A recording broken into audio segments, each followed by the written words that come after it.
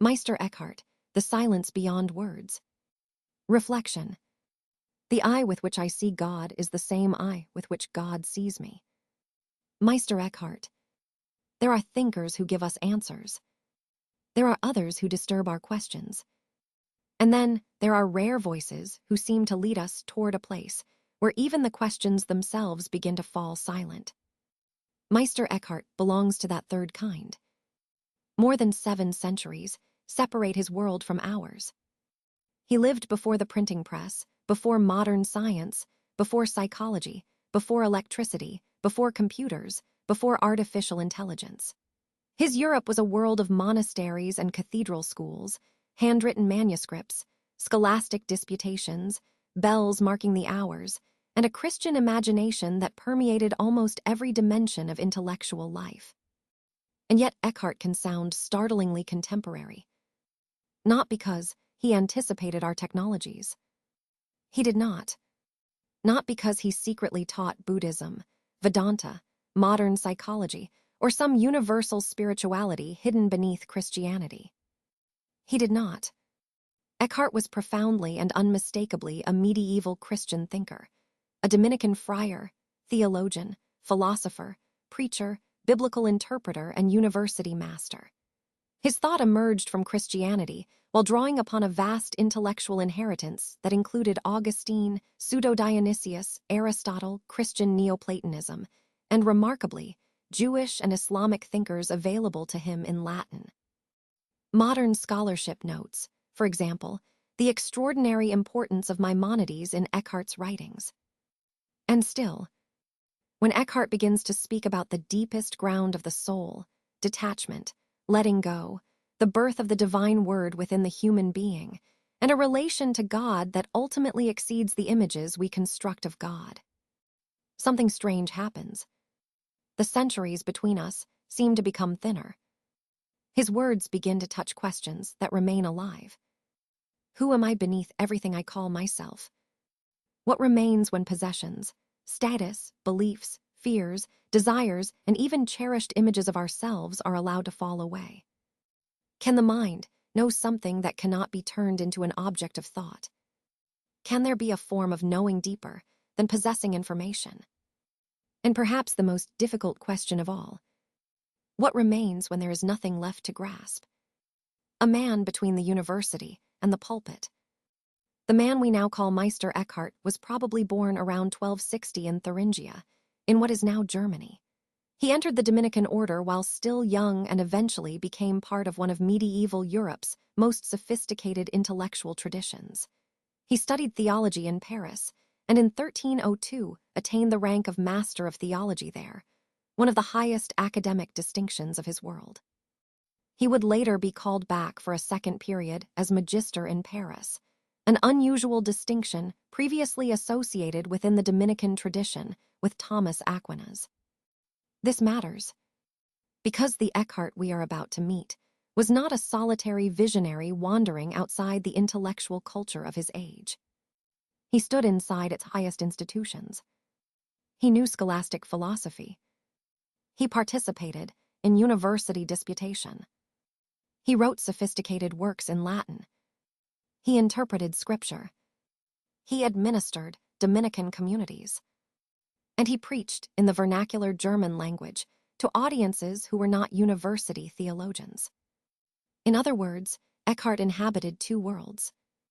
There was the world of the Lesemeister, the master of learning, and there was the world of the Lebemeister, the master concerned with life.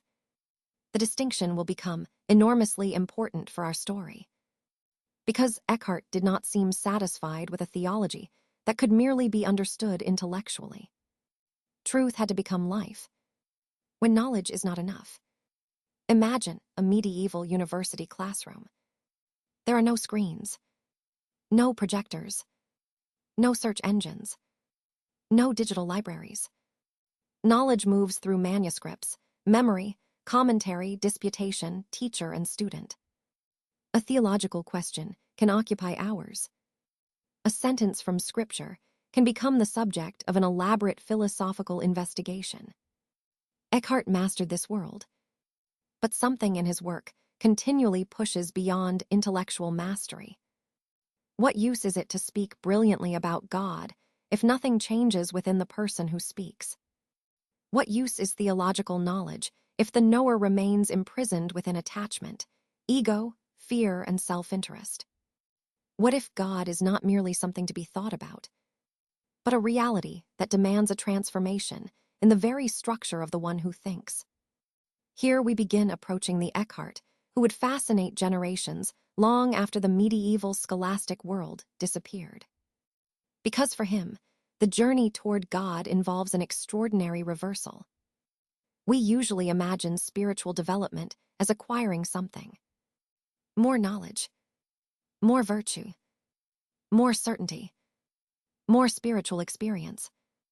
Eckhart repeatedly points in another direction: toward relinquishment, toward detachment, toward becoming free of possessiveness, even in relation to our spiritual achievements, toward what later discussions of his thought often gather around the German idea: Gelassenheit, letting be, releasement, letting go.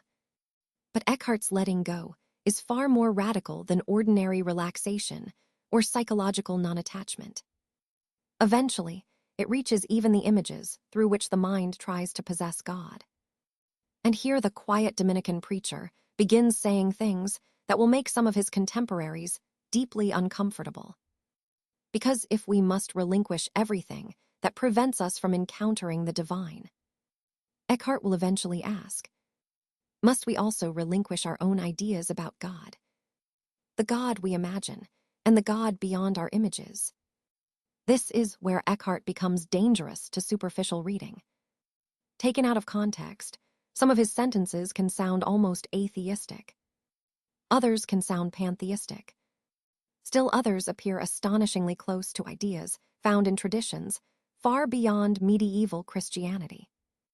But we must resist the temptation to make him say what we would like him to say. His language operates inside a Christian theological universe shaped partly by the apophatic tradition.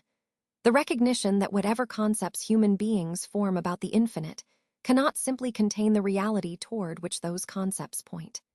His intellectual background combined Augustinian and Dionysian Christian Neoplatonism with medieval Aristotelian thought and other philosophical currents available to him. A word is not the reality. An image is not the reality. A concept of God is not God. And therefore the spiritual journey contains a paradox. We use words to approach what exceeds words. We use concepts to discover the limits of concepts. We use images until we understand why images must eventually become transparent. Perhaps this is why Eckhart remains so compelling in our own age. Because we live amid an unprecedented abundance of information. Billions of words. Billions of images. Databases larger than any medieval thinker could have imagined. Artificial intelligence capable of producing language at extraordinary speed. And yet the ancient question has not disappeared. Does possessing more information necessarily mean that we understand more deeply? Eckhart might force us to make an even more uncomfortable distinction. There is a difference between knowing about something and knowing. The ground beneath the self. Now we are approaching the center. Eckhart speaks repeatedly, through several related formulations, about an innermost dimension of the human soul, a depth or ground in which the ordinary distinction between the seeker and what is sought becomes increasingly difficult to express in conventional language. Here we must proceed carefully, because this is precisely where Eckhart has been turned into almost everything imaginable. A proto-Buddhist, a medieval Advaitin, a pantheist, a precursor of German idealism, a depth psychologist, even a kind of New Age teacher born 7 centuries too early. He was none of these in any straightforward historical sense. But the comparisons did not arise from nowhere. Something in his language genuinely invites them. And later in this essay, we will allow those traditions to enter into conversation. Not in order to declare them identical, but to ask a much more interesting question. Why do contemplative traditions, separated by geography, language, and theology, sometimes approach the limits of ordinary selfhood using strangely resonant metaphors? Before we can ask that question, however, we must understand Eckhart on his own terms. And for that we must enter one of the most extraordinary ideas in his teaching: the birth of God in the soul. Not merely belief in God, not merely obedience to God, not merely thinking about God. Birth. And once we understand what Eckhart meant by that astonishing expression, we will finally be ready to enter the territory for which he became famous: detachment, emptiness, and the birth of the Word. Detachment, emptiness, and the birth of the Word. There are many ways of imagining the spiritual life. We may imagine it as a journey upward, a gradual accumulation of wisdom, a purification of character, a movement from ignorance toward knowledge, from weakness toward strength, from distance toward God. Meister Eckhart introduces another image. Perhaps the deepest journey is not primarily a journey of acquiring. Perhaps it is a journey of releasing, not adding, but removing, not filling, but emptying, not constructing another identity called the spiritual self, but loosening our attachment to the identities we already possess. This is where one of the central ideas associated with Eckhart's spirituality becomes indispensable. Objeskgedenheit, detachment. The German word is difficult to capture with a single English equivalent.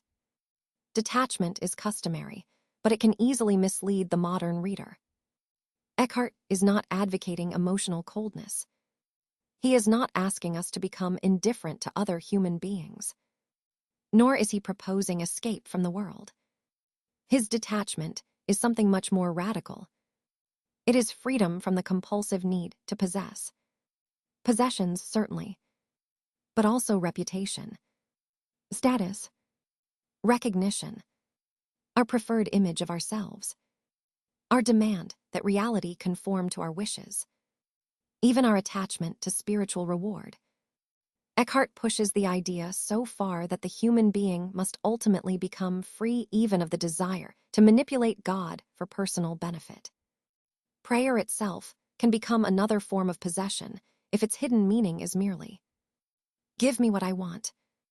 For Eckhart, the deepest spiritual transformation, therefore, involves learning to stand before reality without constantly asking, "What will I get from this?" The empty cup. Imagine a cup already filled to the brim. Nothing new can enter it. Eckhart's spirituality repeatedly returns to something resembling this principle. Receptivity requires openness. But emptiness here does not mean nihilism.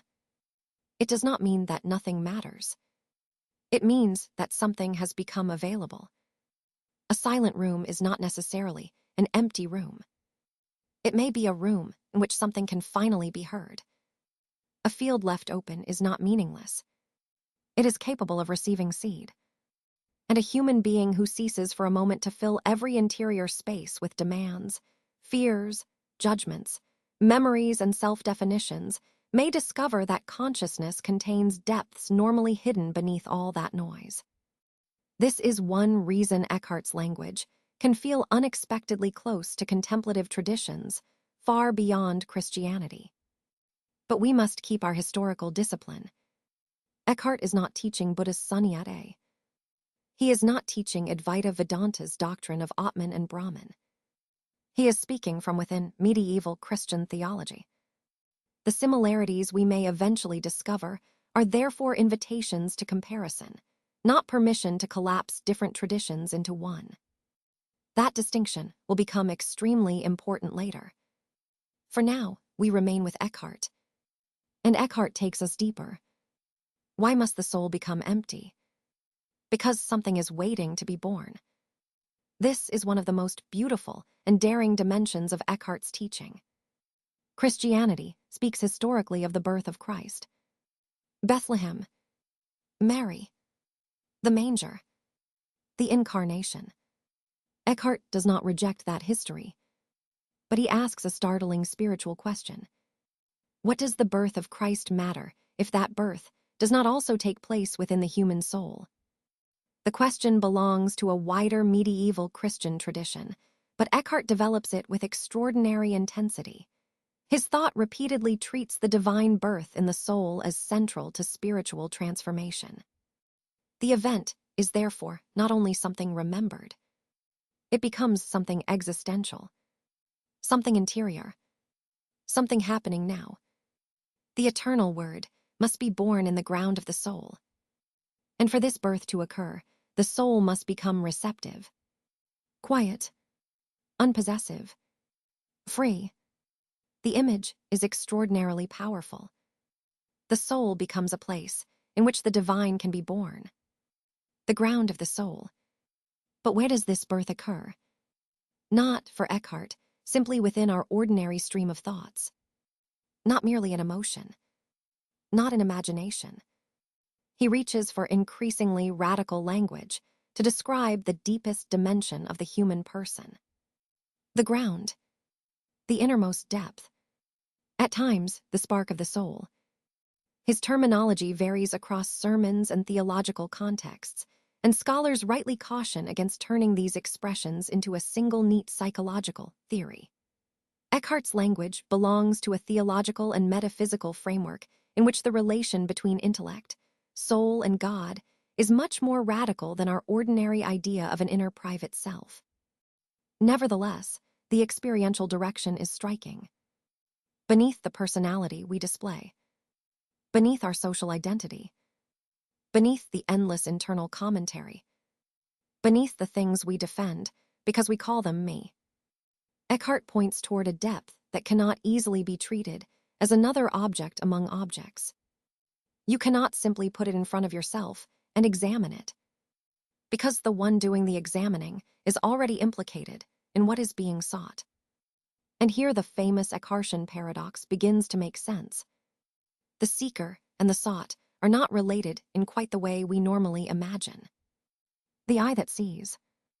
One of Eckhart's most famous formulations declares, in essence, that the eye through which he sees God and the eye through which God sees him are one eye. This is dangerous language if detached from its theological setting. It can easily be interpreted as, I am God. But Eckhart's thought is subtler than that. He is attempting to speak about a level at which the ordinary subject-object structure of knowledge becomes inadequate. Normally, I am here. The object I know is there. I observe it. I describe it. I possess a representation of it in my mind. But can God, the infinite source of being, simply become another object sitting opposite the human observer? For Eckhart, the answer ultimately has to be no. The divine cannot be contained by the same conceptual machinery through which we know a chair, a tree, or a stone. And so the language begins to break. Subject and object. Inside and outside. Knower and known. Human language approaches its boundary. This is one reason the apophatic tradition, speaking of God by recognizing what cannot adequately be said of God, is so important for understanding Eckhart. His conception of the divine can move toward what later summaries describe as beyond ordinary categories of being and ultimately inexpressible. And when language reaches its boundary, silence begins. A God made in our own image. Human beings possess an extraordinary ability. We create representations, images, concepts, names, stories, symbols. This ability makes civilization possible. But it also creates a spiritual danger. We can confuse our representation of reality with reality itself. And nowhere is that danger greater than when speaking about God. A human being may construct an image of God from childhood teaching, cultural expectation, fear, authority, desire, and imagination, and then spend an entire lifetime defending that image. Eckhart's path pushes beyond such possession. If God is truly infinite, then every finite concept of God must remain inadequate. This does not mean concepts are useless. It means they are not the destination. A map can guide us toward a mountain, but no one should mistake the map for the mountain. I pray God to rid me of God. And now we can finally approach one of the most shocking sentences associated with Meister Eckhart. In the sermon traditionally numbered Sermon 52, Eckhart says, "Therefore I pray God that he may rid me of God." Read without context, it sounds almost like a rejection of religion. It is not.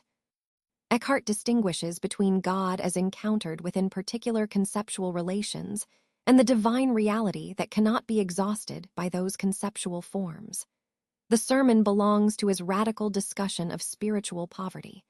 The person who is truly poor in spirit does not seek to possess even God as an object serving the self. The sentence, therefore, performs its own teaching. It destroys the comfortable image, just as the reader begins trying to grasp it. Rid me of the God I possess, so that I may become open to the God I cannot possess. That second formulation is ours, not Eckhart's quotation. But it captures the movement we are trying to understand. And suddenly, his detachment becomes far more demanding. The final possession to relinquish may be our certainty that our idea of God is identical with God. The poverty of the spirit. This brings us to Eckhart's extraordinary interpretation of the biblical phrase. Blessed are the poor in spirit. Ordinary poverty means lacking possessions. Eckhart radicalizes the idea inwardly. True spiritual poverty eventually means reaching a state in which the human being does not insist upon possessing even a particular spiritual identity. Not to, I am advanced. Not to, I am enlightened. Not to, I am closer to God than others. Not even, look how detached I have become. Because the ego possesses spiritual achievement just as easily as it possesses money. Perhaps even more easily. There is a subtle irony here. The self can become proud of having conquered pride. It can become attached to non-attachment. It can construct an identity around having transcended identity.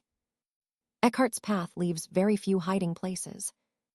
Letting God be God. This is where another Eckhartian theme becomes especially beautiful. We often approach religion through human need. Protect me. Help me. Reward me. Explain this suffering. Give me certainty. Make the world conform to justice as I understand it. Such prayers are deeply human. Eckhart does not simply mock them, but he points toward another possibility. What would it mean to love God without using God? To encounter the divine without immediately converting the encounter into a transaction? To stop asking what spirituality will give us? In that sense, detachment becomes a form of radical freedom. Freedom from the world? No. Freedom within the world. Freedom to encounter a person without immediately asking what that person can do for us. Freedom to perform an action without requiring applause. Freedom to possess something without allowing the possession to possess us. Freedom to lose something without losing the ground of our being. And perhaps, freedom to stand before mystery without demanding that mystery become an answer.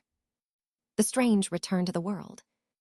At this point, we might expect Eckhart to tell us to abandon ordinary life, to leave society, to withdraw permanently into contemplation.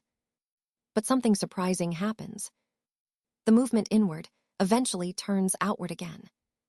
If detachment is genuine, it does not necessarily make the human being less capable of action. It can make action less dominated by self-interest. Eckhart's spirituality therefore contains an important tension between contemplation and activity. The deepest interiority does not have to end in withdrawal from life.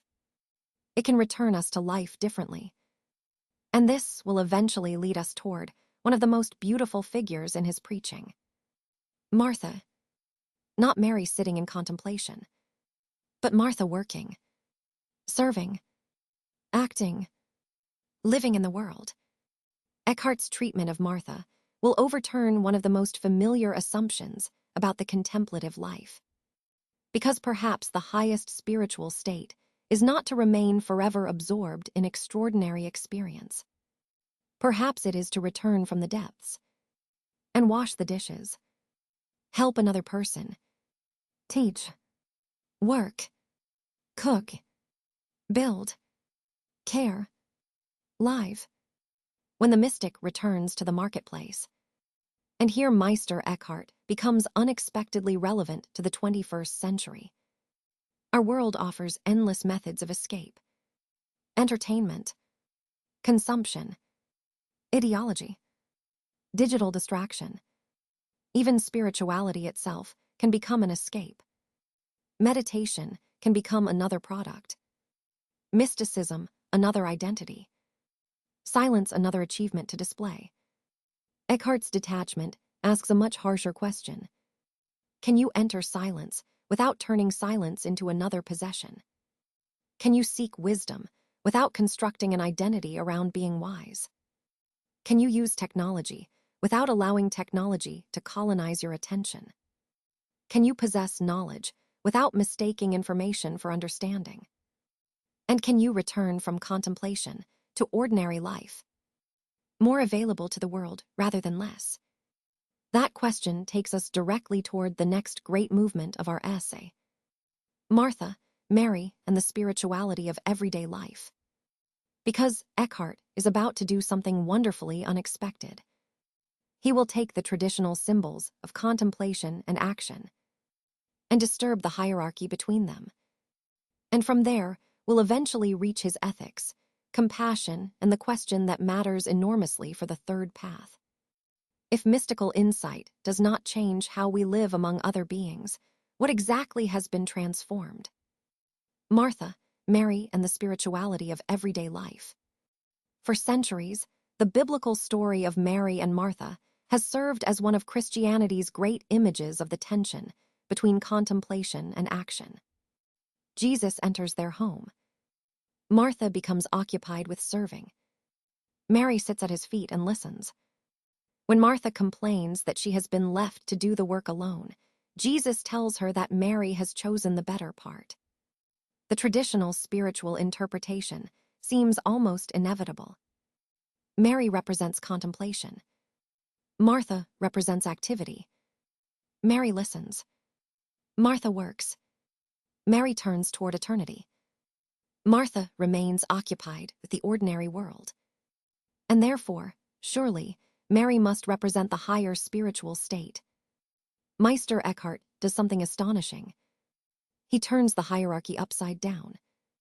In his famous Sermon 86, it is not Mary whom Eckhart presents as the more mature figure. It is Martha. Why? Not because contemplation is worthless. Not because interior life is an illusion. And certainly not because Eckhart has suddenly abandoned mysticism for practical activism. His reasoning is far subtler. Mary is sitting at the feet of Christ because she has discovered something extraordinary. She is drawn toward him. She experiences the sweetness of contemplation. She wants to remain there. Martha, however, has already passed through something Mary is only beginning to discover. Martha can work without losing the center. The woman who can work without leaving God. This changes everything. Martha does not need to escape activity in order to remain spiritually grounded. She can prepare food, serve guests, organize the household, move through responsibilities, respond to what needs to be done, and still remain inwardly free. Eckhart describes her, in modern scholarly translation, as so firmly grounded in her being that her activity does not become an obstacle to her. That is a radically different conception of spiritual maturity. The beginner may need silence in order to discover stillness. The mature person begins to carry stillness into noise. The beginner may need solitude to encounter the interior life. The mature person begins to discover that interior depth does not disappear when another human being enters the room. Perhaps the monastery is necessary for a time. Perhaps the forest is necessary. Perhaps the church is necessary. Perhaps meditation is necessary. But if peace exists only when nothing disturbs us, how deep is that peace? From Mary to Martha. Eckhart is not asking us to choose Martha and reject Mary. The movement is more beautiful than that. Mary represents something indispensable. Awakening. Attention. Wonder. The discovery that ordinary consciousness is not the whole of human existence. But spiritual awakening cannot remain forever fascinated with itself. Sooner or later, Mary must stand up. The dishes are still there. Someone is hungry. Someone is sick. Someone needs help. A child is crying. Work remains unfinished. The world has not disappeared merely because we have discovered contemplation. And perhaps this is where spirituality encounters its most difficult test. Not in extraordinary experiences, but on an ordinary Tuesday afternoon. After the meditation ends, it is relatively easy to feel peaceful in a silent room.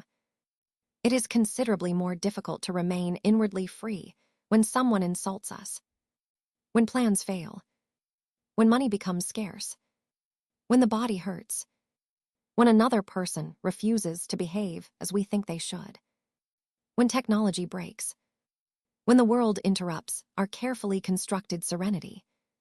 What then? If contemplation has merely given us a pleasant experience, the experience may disappear with the first disturbance. But if something deeper has changed, then the disturbance reveals it. This is why Eckhart's Martha is so important. She represents spirituality that has survived its return to reality. The birth must bear fruit. Earlier we encountered Eckhart's extraordinary image of the birth of the word in the soul. But birth is not the end of the story. Something born must live. Eckhart sometimes develops this through another striking pair of images. The soul must not merely be virginal, receptive and free of possessive attachment, but also fruitful. Contemplation must become life. The word born within must become action. Modern scholarship therefore warns against reading Eckhart's detachment as passive withdrawal. His letting go ultimately becomes a way of being in the world, and the person transformed by detachment continues to act virtuously, not merely to acquire moral merit, but because virtue begins to flow naturally from what the person has become. This distinction is profound. There is a difference between doing a good action and becoming the kind of person from whom good action naturally arises. Eckhart is interested in the second. Why are you good? Imagine someone helping another person. Why does she help? Because she wants praise. Because she fears punishment. Because she wants to think of herself as virtuous. Because heaven will reward her. Because other people are watching. The outward action may be identical, but inwardly, these are very different acts. Eckhart repeatedly returns to the idea of acting without a why, ein warum. This does not mean acting irrationally. It does not mean that consequences are irrelevant. Rather, at its deepest level, goodness should not need an external reward in order to be good. A just person should not merely perform justice as a transaction. Justice should increasingly become what that person is. Eckhart's philosophical treatment of justice is remarkably strong on precisely this point. The truly just person does not merely possess justice as an external quality. The relation between the just person and justice becomes one of profound unity. A flower does not bloom because someone promised to applaud. The sun does not send an invoice for its light. And the truly compassionate act does not constantly turn around to ask, "What will I receive for having done this?" Living without a why. This is one of Eckhart's most beautiful and most easily misunderstood ideas. Modern life is organized almost entirely around why. Why study? To get qualifications. Why work? To earn money. Why exercise? To become healthier. Why publish something? To receive attention. Why create? To become successful. Why meditate? To reduce stress. Why be kind? Perhaps because kindness will return to us. There is nothing inherently wrong with goals. Human life requires them. But Eckhart notices something beneath this entire economy of exchange.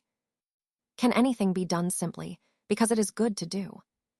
Can we love without converting love into investment? Can we create without immediately calculating the audience? Can we learn without asking whether the knowledge will increase our status? Can we help someone who will never be able to repay us? Can we sit silently for 40 minutes without turning those 40 minutes into another achievement? That last question is very Eckhartian, because even spirituality can become commerce. I give God devotion, God gives me peace. Eckhart wants to break the contract. The marketplace inside the soul. Perhaps the most dangerous marketplace is not outside us. It is within. We bargain constantly. With other people. With life. With ourselves.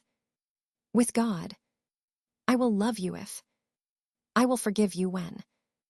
I will be happy once. I will believe if. I will give if I receive. Detachment begins to dismantle this invisible marketplace. Not so that we cease caring, but so that caring becomes freer. The less everything has to serve the ego, the more clearly another person can appear before us as something other than an instrument of our needs.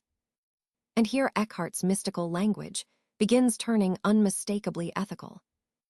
The journey inward does not culminate in fascination with the self. It begins to decenter the self. The test of mysticism. This gives us a useful question, not only for Eckhart, but for every spiritual tradition.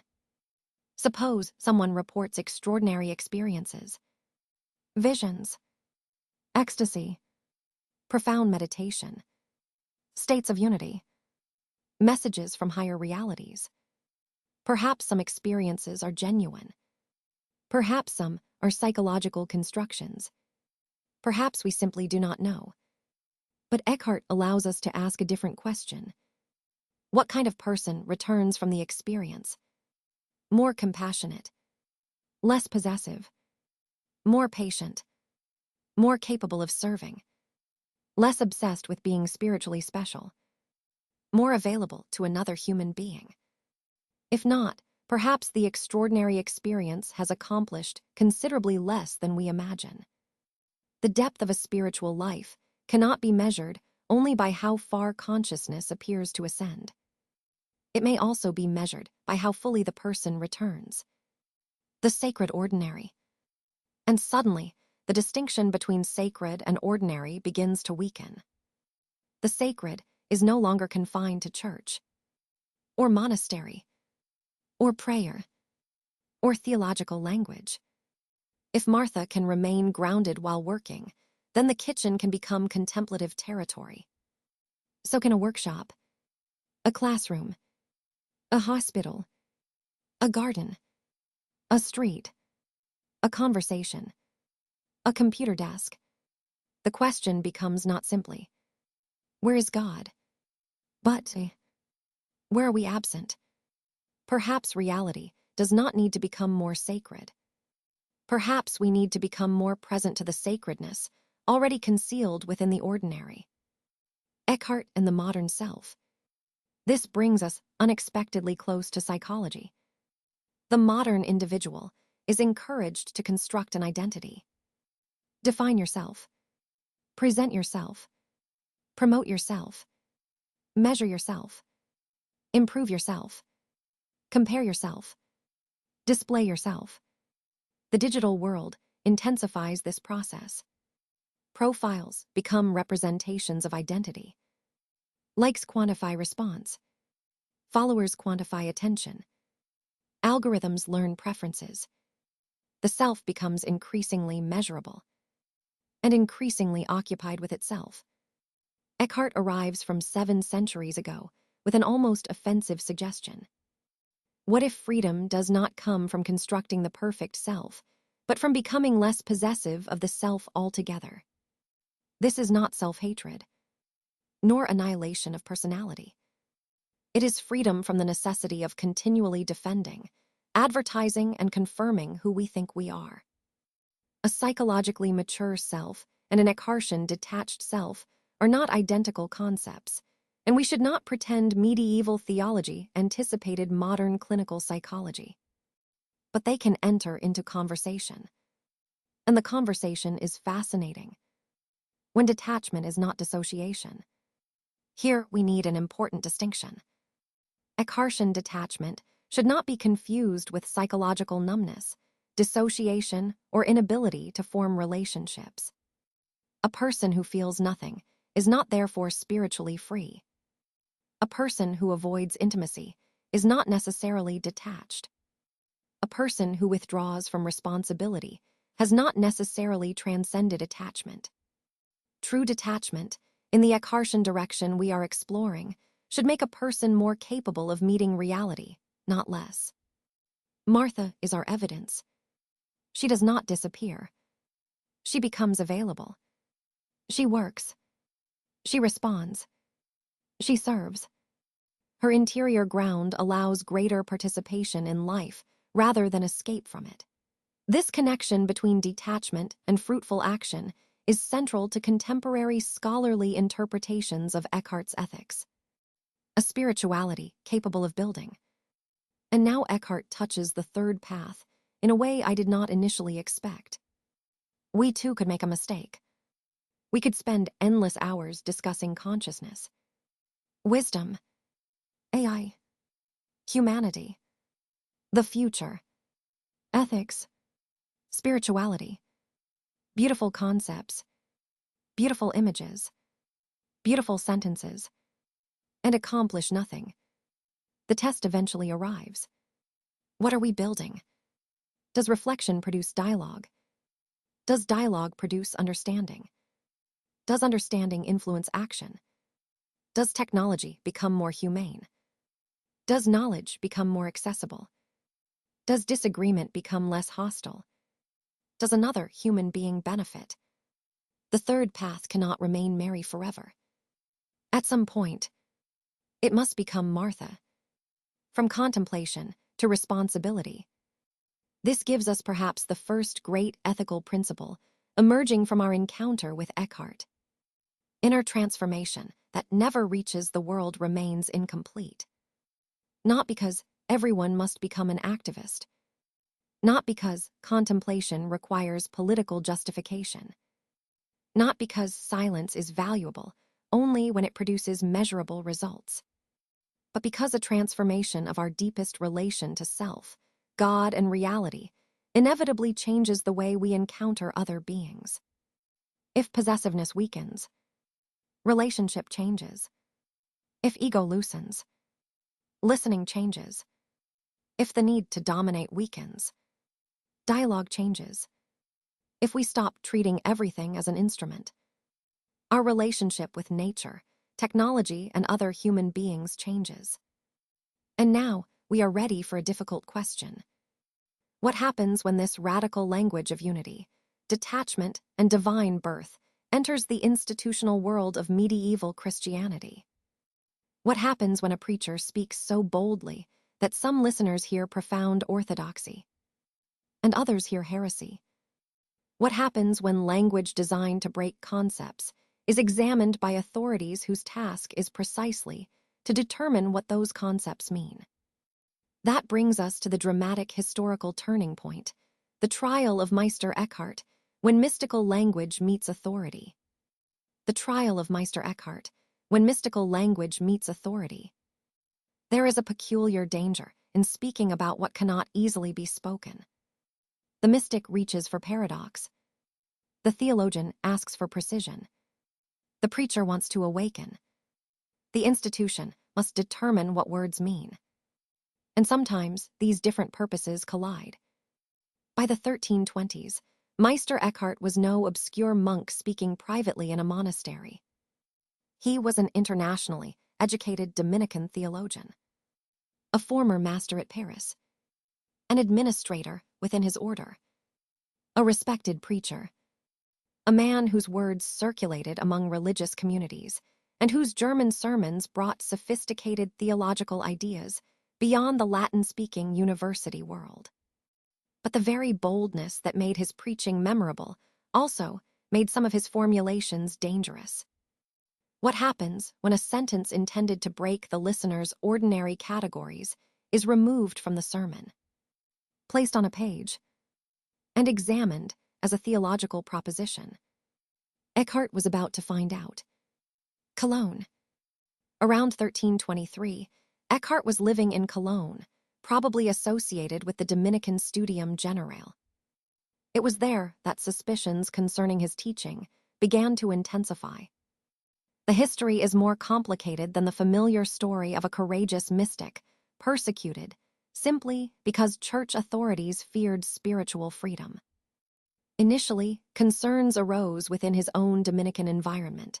According to modern historical reconstruction, an early list of questionable passages was examined by Nicholas of Strasbourg, himself a Dominican and generally sympathetic to Eckhart. Eckhart apparently responded satisfactorily at that stage. But the controversy did not disappear. Two Dominicans, Herman of Summo and William of Niedgen, became important accusers. In 1326, a much larger collection of propositions attributed to Eckhart was presented to the Archbishop of Cologne, Henry II of Wernberg. The Archbishop was considerably less sympathetic.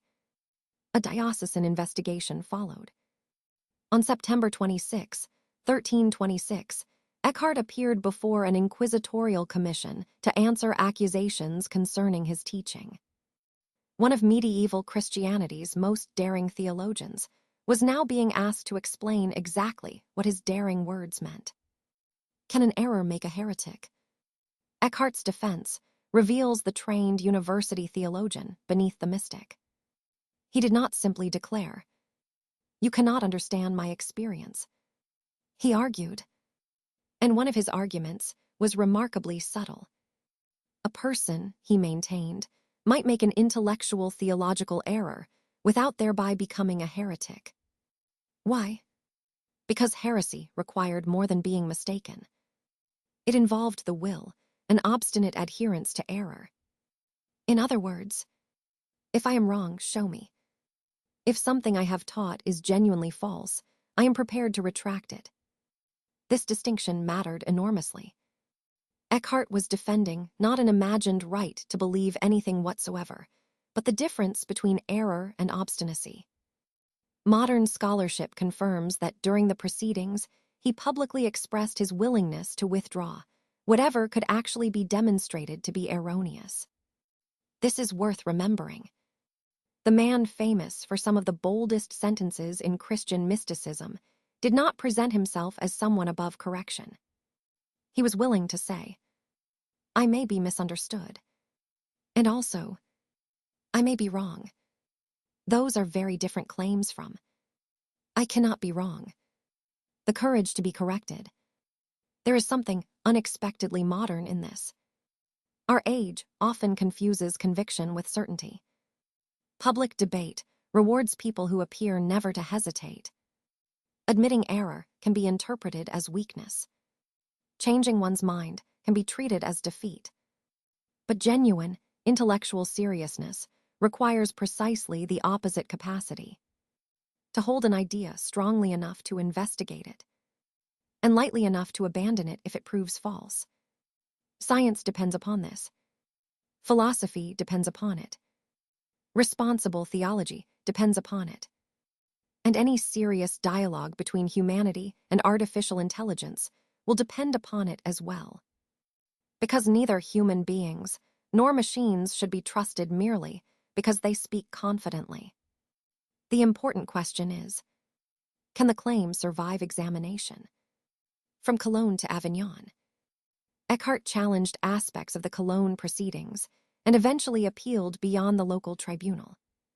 In the spring of 1327, he traveled toward the papal court at Avignon, where Pope John XXII then resided. The case was reconsidered. The large collections of suspicious passages were gradually reduced. Eventually, the papal commission focused upon 28 propositions. And something important had changed. The central question was no longer simply, is Meister Eckhart personally a heretic? Instead, attention increasingly centered upon, are these propositions themselves orthodox? That distinction would become crucial to his historical legacy. When a sentence loses its world, imagine taking one sentence from a mystical sermon. Remove what came before it. Remove what came after. Remove the biblical passage being interpreted. Remove the audience. Remove the preacher's tone. Remove the philosophical distinctions assumed by an educated medieval theologian. Then ask, is this sentence literally true? Some of Eckhart's formulations become explosive under precisely such conditions. Consider the themes we have already encountered. Unity between God and the soul. The birth of the divine word within. The possibility of becoming free even of one's image of God. Acting without seeking reward. Detachment from heaven itself when heaven becomes something possessed by the ego. The deepest ground of the soul. These ideas can be interpreted within a sophisticated theological structure. But isolated from that structure, some can sound like entirely different claims. Pantheism, self-deification, denial of distinction between creator and creature, rejection of moral action, even the suggestion that evil itself somehow glorifies God.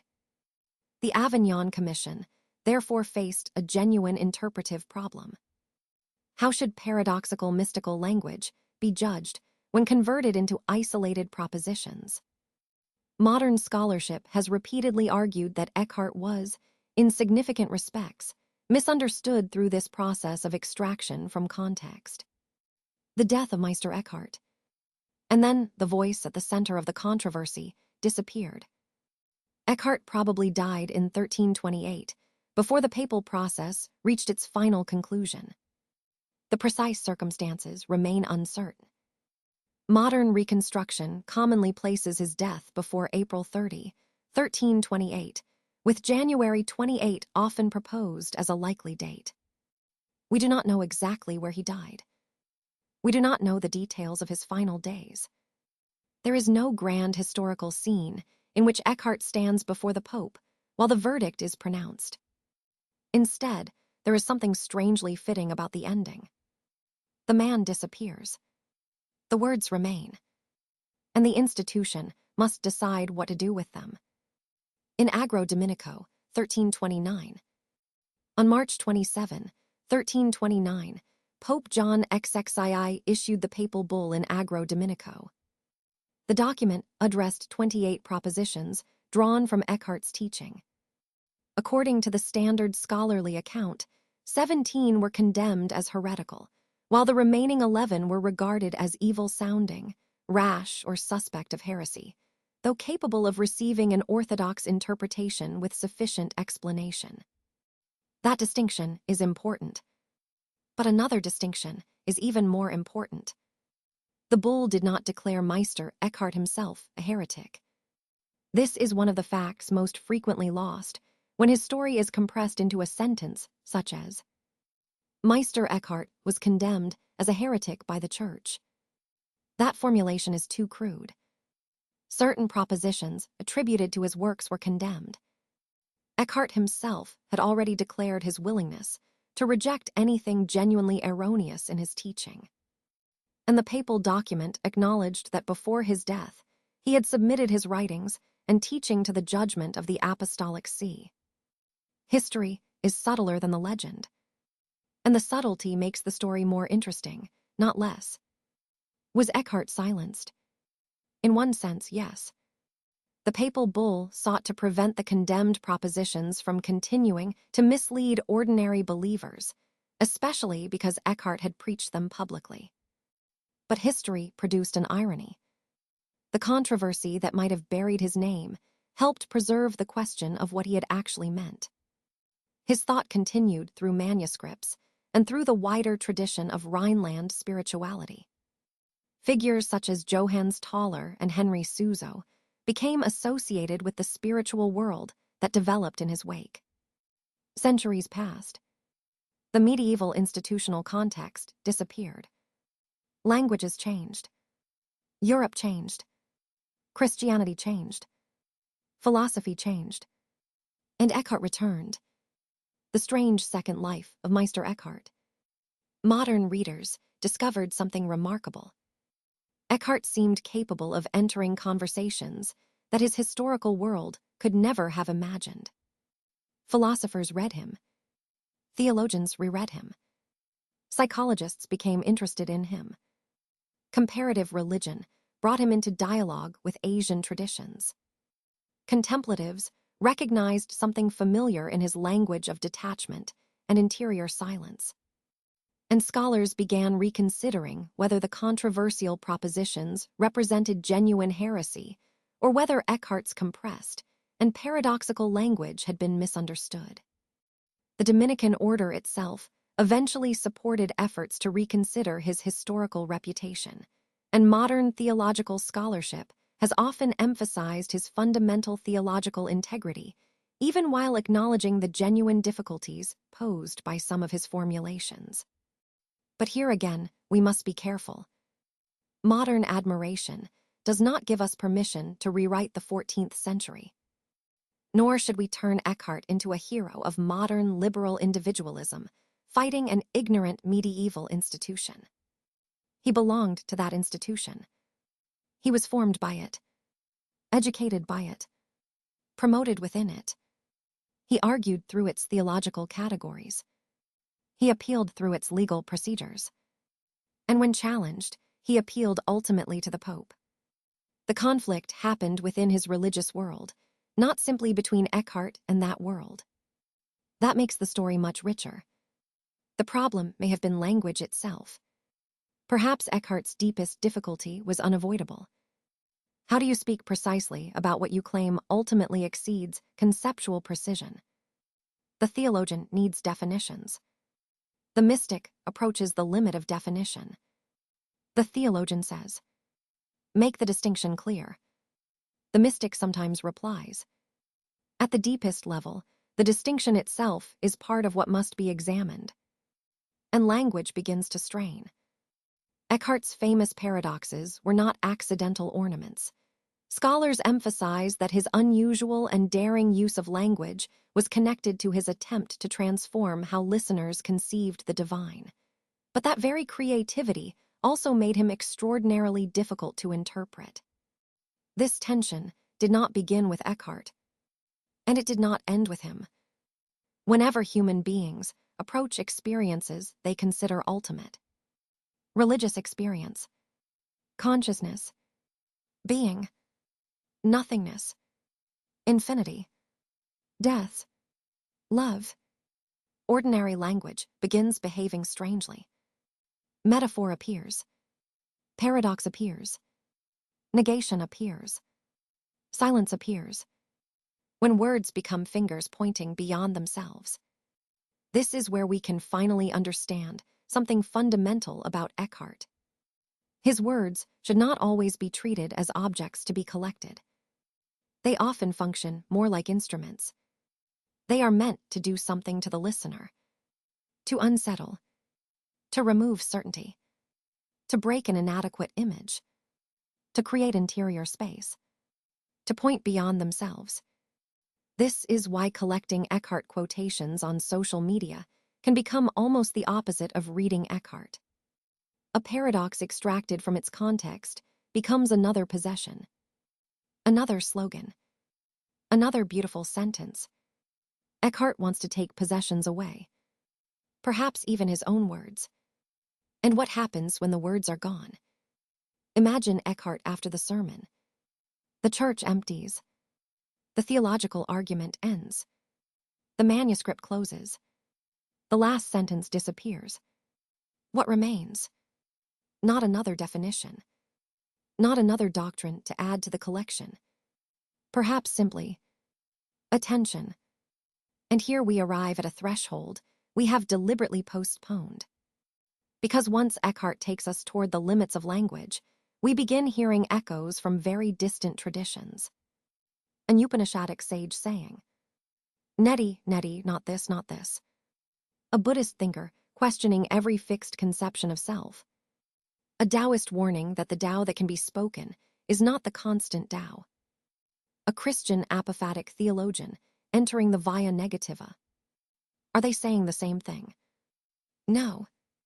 That answer is important. Their metaphysical frameworks differ. Their concepts of ultimate reality differ.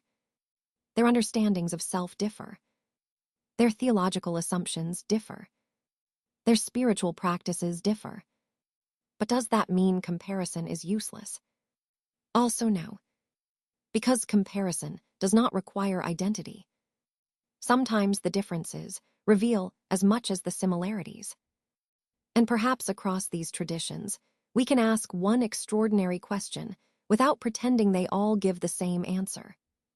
Why does the human search for ultimate reality so often arrive at the limits of language? That takes us to the next major chapter, Eckhart and the Wisdom of the East. Eckhart and the Wisdom of the East, Advaita, Buddhism and the Danger of Easy Comparisons. When Western readers encounter Meister Eckhart for the first time, something curious often happens. Certain sentences sound strangely familiar. The abandonment of attachment, the relinquishing of the ordinary ego, the inadequacy of concepts before ultimate reality, the ground beyond ordinary distinctions, the movement toward silence, the insistence that what we seek cannot finally be possessed as an object. Readers familiar with Indian philosophy or Buddhist contemplative traditions may suddenly think, I have heard something like this before. And in one sense, they are right. In another, they may be making a serious mistake. Similarity is not identity.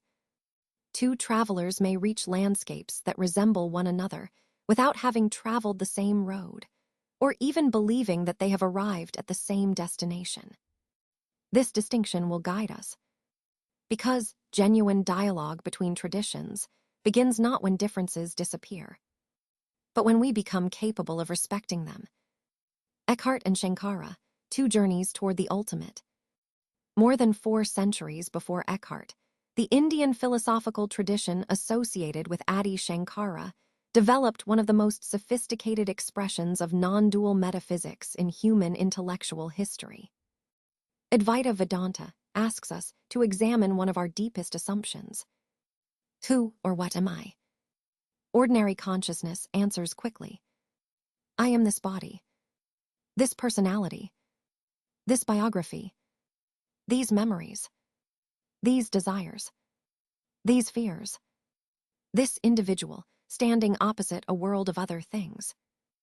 Advaita subjects that certainty to radical examination. At the heart of its classical teaching lies the relationship between Atman, the deepest self, and Brahman, ultimate reality. The liberation sought through knowledge does not consist simply of acquiring more information about Brahman. It involves the removal of ignorance concerning what we most fundamentally are. And here the temptation becomes almost irresistible. Eckhart speaks of the deepest ground of the soul. Advaita speaks of Atman. Eckhart speaks of unity. Advaita speaks of non-duality. Eckhart says God cannot ultimately be possessed as an object. Advaita denies that Brahman can be treated simply as one object among others. Therefore, Eckhart was teaching Advaita. No. That conclusion moves far too quickly. Resonance without identity. Shankara's metaphysical world and Eckhart's theological world are not interchangeable. Eckhart remains within a Christian framework of creation, Trinity, incarnation, divine word, and the birth of the Son in the soul. Shankara works within an Upanishadic and Vedantic framework involving Brahman, Atman, ignorance, knowledge, and liberation. Even when the language begins to resonate, the conceptual architecture remains different. This matters enormously. Suppose 2 musicians play the same note. That does not mean they are playing the same composition. Comparative philosophy becomes interesting precisely when we can hear the shared note without pretending the compositions are identical. The knower cannot stand outside the ultimate. Yet there is a genuine philosophical resonance worth exploring. Both Eckhartian and Advaitic thought challenge the ordinary assumption that ultimate reality can simply be placed before the mind as an object. We normally know things by distinction. There is the knower and the known, observer and observed, subject and object. But if ultimate reality is truly ultimate, can the knower simply stand outside it? Can infinity be placed on the other side of a conceptual table and examined? This is where ordinary language begins to fail both traditions in different ways. The Upanishadic tradition sometimes approaches Brahman through negation. Neti, neti, not this, not this. Not because nothing exists, but because every attempt to say, Brahman is merely this, has already reduced what is unlimited to a limited predicate. Eckhart's apophatic movement confronts a comparable linguistic problem from within Christianity. God exceeds the concepts by which human beings attempt to grasp God. And therefore negation can become intellectually more honest than premature definition. A medieval bridge we should not ignore. There is another fascinating historical point. Eckhart did not know Shankara. There is no evidence that Advaita Vedanta directly shaped his thought. But Eckhart's intellectual world was by no means sealed off from non-Christian philosophy. He knew Maimonides, the great Jewish philosopher. And modern Eckhart scholarship regards Maimonides as an important influence, especially in questions surrounding divine attributes and negative theology. And Maimonides himself belonged to an extraordinarily interconnected medieval intellectual world. His philosophy developed in dialogue with Aristotelian, Neoplatonic, Jewish and Islamic intellectual currents. His Guide of the Perplexed offers a powerful defense of negative theology. Because God is absolutely one, ordinary positive predicates cannot straightforwardly describe the divine essence. This is worth pausing over. The history of ideas is rarely a collection of sealed civilizations. Ideas travel. They are translated, argued with, reinterpreted, sometimes forgotten, sometimes rediscovered centuries later. The great conversation of humanity began long before the internet.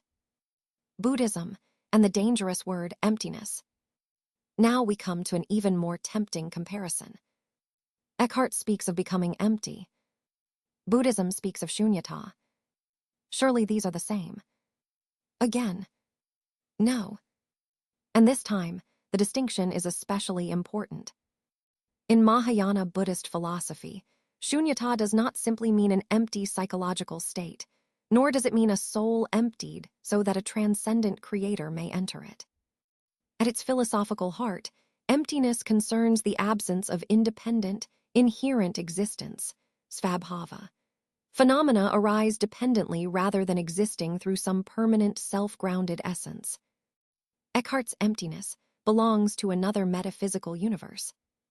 His emptied soul remains intelligible within a Christian relation to God.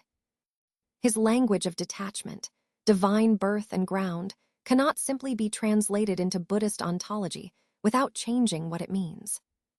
And Buddhism does not need to be secretly Christian in order to be profound. Just as Eckhart does not need to be secretly Buddhist. The question of the self. Here the difference becomes even sharper. A superficial comparison might say, Eckhart wants us to transcend ego.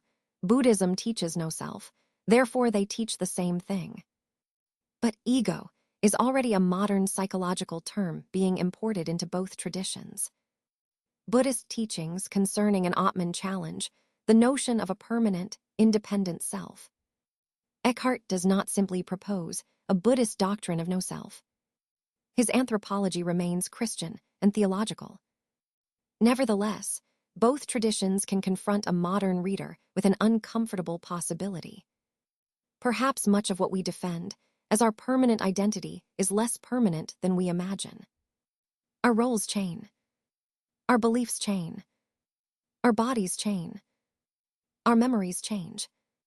Our social identities change. Our desires change.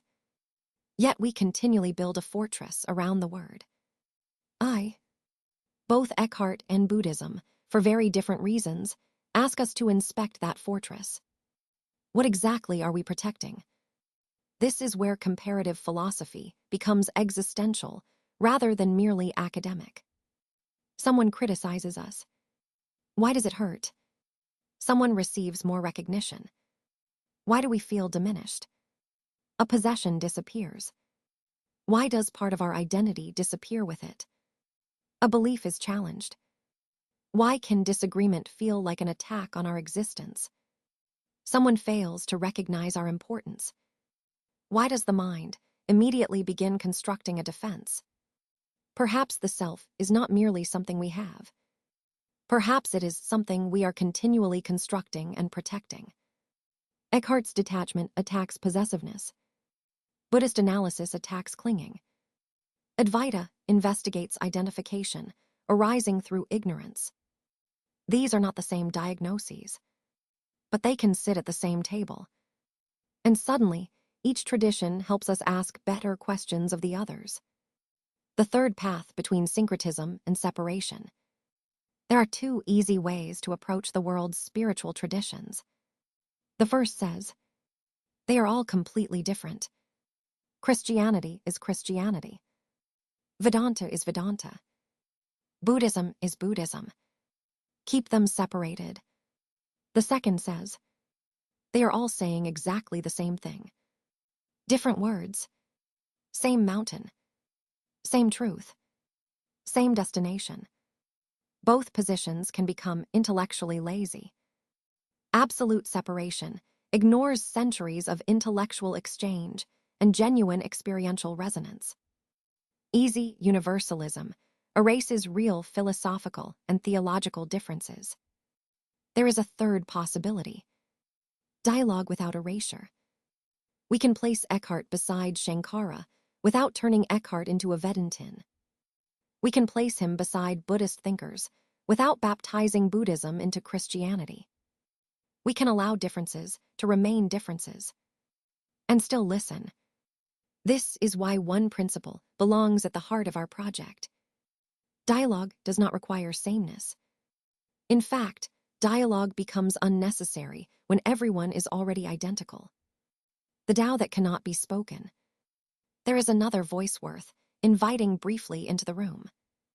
Long before Eckhart, the opening movement of the Tao De Jing warned that the Tao that can be expressed in ordinary language is not the constant Tao. Again, we should resist saying. Laozi and Eckhart taught the same thing. They did not. But something important appears across these very different traditions. Language encounters a boundary. The ultimate cannot simply be converted into a definition. And human beings respond with paradox, negation, metaphor, silence. Perhaps this recurring pattern tells us something not merely about religion, but about language itself. Can language contain reality? A word is extraordinarily powerful. Say, tree. Immediately, the mind produces something. Perhaps green leaves, a trunk, branches, a forest. But the word tree has no bark, no roots, no scent, no photosynthesis, no bird nesting in its branches. The word is not the thing. Now say, love, death, consciousness, infinity, God. The distance between word and reality becomes enormous. Human civilization depends upon forgetting this distance, just enough for language to work. Mysticism repeatedly forces us to remember it. And now artificial intelligence enters the room. Here our essay takes an unexpected turn. What is a large language model surrounded by? Words, patterns, relations among symbols, human language accumulated across immense bodies of text. An AI system can discuss silence, mysticism, God, Brahman, love, death. It can compare definitions, analyze texts, recognize patterns across traditions, produce sentences about experiences humans have described for thousands of years. But then Eckhart walks into the room and asks a devastating question. Is knowing every sentence about silence the same as being silent? Suddenly, the distinction between information and realization becomes impossible to ignore. The library and the experience. Imagine a machine containing every book ever written about swimming, fluid dynamics, human physiology, Olympic technique, history of swimming, biographies of swimmers, instructions for breathing, every description of water ever written. Would possessing all that information be identical to entering the ocean? The analogy is imperfect, but it reveals our problem. Knowledge about experience and experience itself are not automatically identical.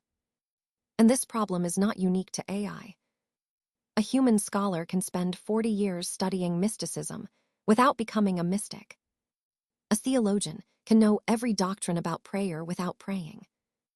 A psychologist can understand theories of love without loving wisely. A person can read 1,000 books about meditation and never sit quietly for 10 minutes. Eckhart's challenge therefore strikes humans and machines alike. Information is not yet wisdom. Our age may become the most informed civilization in history. Artificial intelligence can accelerate that transformation dramatically. But the quantity of available knowledge does not guarantee the quality of human judgment. A civilization can know how to split the atom and still have to decide whether to build the bomb. It can understand genetics and still face questions about how genetic power should be used. It can construct increasingly capable artificial intelligence and still remain uncertain about what intelligence is for. Marie Curie brought us to the ethics of power. Eckhart brings us somewhere different, to the ethics of interiority. Before asking what our machines should become, perhaps we must also ask, what kind of beings are we becoming while creating them? The silence artificial intelligence cannot give us. AI may help us find a text about meditation.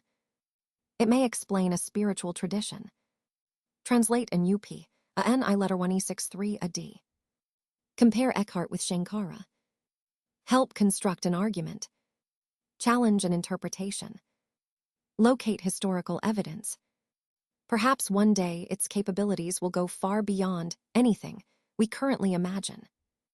But there is something profoundly important about maintaining the distinction between assistance and substitution. No machine can perform our moral responsibility for us. No database can become compassionate on our behalf. No algorithm can do our grieving for us. No language model can make our reconciliation with another human being. And no technology can save us from the task of confronting ourselves. The inner work remains ours. A new kind of partnership. But that does not make artificial intelligence an enemy of interior life. Perhaps the opposite possibility exists. Technology can become a mirror, a conversation partner, a library, a translator, a tool for comparison, a means of encountering ideas we might never otherwise discover. The danger begins when the mirror is mistaken for the face, when information is mistaken for realization, when assistance is mistaken for authority, when speed is mistaken for depth, when fluent language is mistaken for wisdom. The third path, therefore, does not ask, humanity or AI. It asks, what relationship between humanity and AI helps human beings become more conscious, responsible, and free? And Eckhart adds another question. Can we use a machine of words without forgetting the value of what lies beyond words. The mystic and the machine. Now our future meeting between Eckhart and Lydia begins to take shape. Lydia could possess access to an immense intellectual world. Eckhart possessed comparatively few books, yet he spent his life asking what remains when intellectual possession itself is relinquished. One represents an age approaching almost unimaginable abundance of information.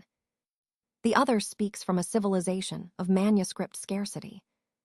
One can generate language almost instantaneously. The other repeatedly pushes language toward silence. And neither needs to defeat the other. Perhaps they need to meet. Because Lydia can ask Eckhart questions his century never imagined. And Eckhart can ask Lydia questions ours may be tempted to forget. But we are not ready for their meeting yet. There is another guest waiting outside our door. A 20th century physician who became fascinated by the depths beneath ordinary consciousness, and who read Meister Eckhart with extraordinary interest. His name is Carl Gustav Jung. And here the essay is about to change again. Not theology against psychology. Not mysticism reduced to psychology. But another carefully constructed conversation. Meister Eckhart and the depths of the psyche. Jung, the self and the inner ground. Meister Eckhart and the depths of the psyche. Jung, the self and the inner ground. 6 centuries after Meister Eckhart walked through the streets of Cologne, another European thinker turned his attention inward. He did not enter the interior world primarily as a theologian. He entered it as a physician and psychiatrist. His name was Carl Gustav Jung. Jung lived in a world Eckhart could scarcely have imagined. The medieval cosmos had fractured. Modern science had transformed humanity's picture of nature. Traditional religious authority had weakened across much of Europe. Darwin had changed the story of life. Freud had helped make the unconscious impossible to ignore. And beneath the confident surface of modern civilization, Jung saw something deeply unsettled. Human beings had acquired extraordinary knowledge of the external world, but remained mysterious to themselves. Modern scholarship on Jung emphasizes precisely this tension in his intellectual development. He was deeply concerned that scientific knowledge of the material world was advancing much faster than knowledge of the psyche and its ethical demands. That imbalance would haunt the 20th century, and it still haunts ours. The discovery of an interior continent. For Jung, consciousness was not the whole psyche. The everyday ego, the I that thinks, chooses, remembers, and presents itself to the world, was important. But it was not sovereign. Beyond ordinary consciousness lay personal unconscious material, complexes, forgotten experiences, dreams, symbols, and in Jung's mature theory, the deeper structures he associated with the collective unconscious. The conscious ego was therefore not the whole person. It was closer to an island, surrounded by a much larger psychological sea. And somewhere within this larger totality, Jung placed one of his most important concepts: the self. In analytical psychology, the self signifies the totality and organizing center of the psyche, encompassing conscious and unconscious dimensions rather than simply the everyday ego. Already, we can hear why readers might place Jung beside Eckhart. Eckhart tells us that the ordinary possessive self is not the deepest ground of human existence. Jung tells us that the ego is not the totality of the psyche. Both decenter the everyday I. But they do not do so in the same way. The self is not God. This distinction is essential. If we simply translate Eckhart's ground of the soul into Jung's self, we have stopped listening to Eckhart. Eckhart is making theological and metaphysical claims within medieval Christianity. Jung is developing a psychological model. For Eckhart, the deepest ground of the soul cannot be understood apart from God, divine generation, and the birth of the Word. For Jung, the self belongs to the description of psychic totality. Jung frequently used religious and theological symbols when discussing the self because he believed humanity had represented psychic wholeness through such symbols across cultures. But a psychological interpretation of an image of God is not identical to a theological statement about whether God exists independently of the human psyche. The distinction is enormous. Psychology asks what the image does within the psyche. Theology may ask what reality the image points toward beyond the psyche. Those questions can meet. They should not be confused. Why Jung needed the mystics? Jung understood that the modern psyche did not begin with modern psychology. Human beings had been exploring their interior worlds for millennia. They simply used different languages. Myths, religion, alchemy, dream, ritual, mysticism, symbol. Where a modern psychologist might speak of unconscious processes, an earlier culture might speak through angels, demons, transformation, death and rebirth, sacred marriage, darkness and illumination. This did not mean that Jung considered every ancient religious statement a disguised psychological textbook. Rather, he became fascinated by the possibility that symbolic traditions preserved profound observations about psychic life. His intellectual world consequently reached far beyond conventional psychiatry into Christianity, Gnosticism, alchemy, and Asian religious traditions. Modern scholarship identifies these religious, esoteric, and philosophical sources as important contexts for understanding analytical psychology. Eckhart naturally became part of that conversation. The ego that wants to own everything. Now imagine Eckhart and Jung looking at the same modern person. The person says, "This is who I am. My profession. My opinions. My possessions. My reputation. My achievements. My failures. My social identity. My political identity. My spiritual identity. My online identity." Jung might ask, "And what have you excluded from that picture? What appears in your dreams? What qualities do you project onto other people? What does your shadow contain? What unconscious patterns govern the choices you believe are entirely conscious?" Eckhart might ask something different. Why must you possess yourself so completely? Why must every experience confirm the person you believe yourself to be? Why must even God become something possessed by that identity? Different questions, yet both undermine the sovereignty of the ego. The shadow at the door of the temple. Jung adds something particularly important to our discussion of spirituality. The shadow. Human beings do not simply possess qualities they willingly acknowledge. We also exclude, deny, suppress, project. A person who strongly identifies as good may become particularly incapable of recognizing aggression within himself. A person who identifies as rational may project irrationality onto everyone else. A spiritual person may construct an image of purity while refusing to acknowledge envy, sexuality, anger, ambition, or the desire for power.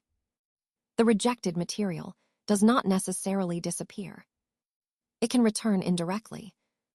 Jungian psychology calls attention to precisely this problem through the concept of the shadow, the aspects of personality that the conscious ego does not readily recognize as its own. And suddenly, Eckhart's warning against spiritual possession acquires a modern psychological companion. The ego can appropriate anything, even holiness. The spiritual ego. Consider the sentence, "I am more spiritual than other people." Something peculiar has happened. Spirituality, which might have begun as a movement beyond self-centeredness, has become another ornament of the self. Meditation becomes status. Knowledge becomes superiority. Detachment becomes identity. Humility becomes something to be proud of. The ego walks into the monastery, puts on different clothes, and survives perfectly well. Eckhart understood the paradox centuries before the vocabulary of modern depth psychology existed. This is why his radical poverty is so psychologically provocative. He does not merely ask us to give up crude possessions. He attacks the one who says, "Look what I have given up." When the persona prays, Jung gives us another useful concept. The persona, the social face, the role through which we meet the world. We need personas.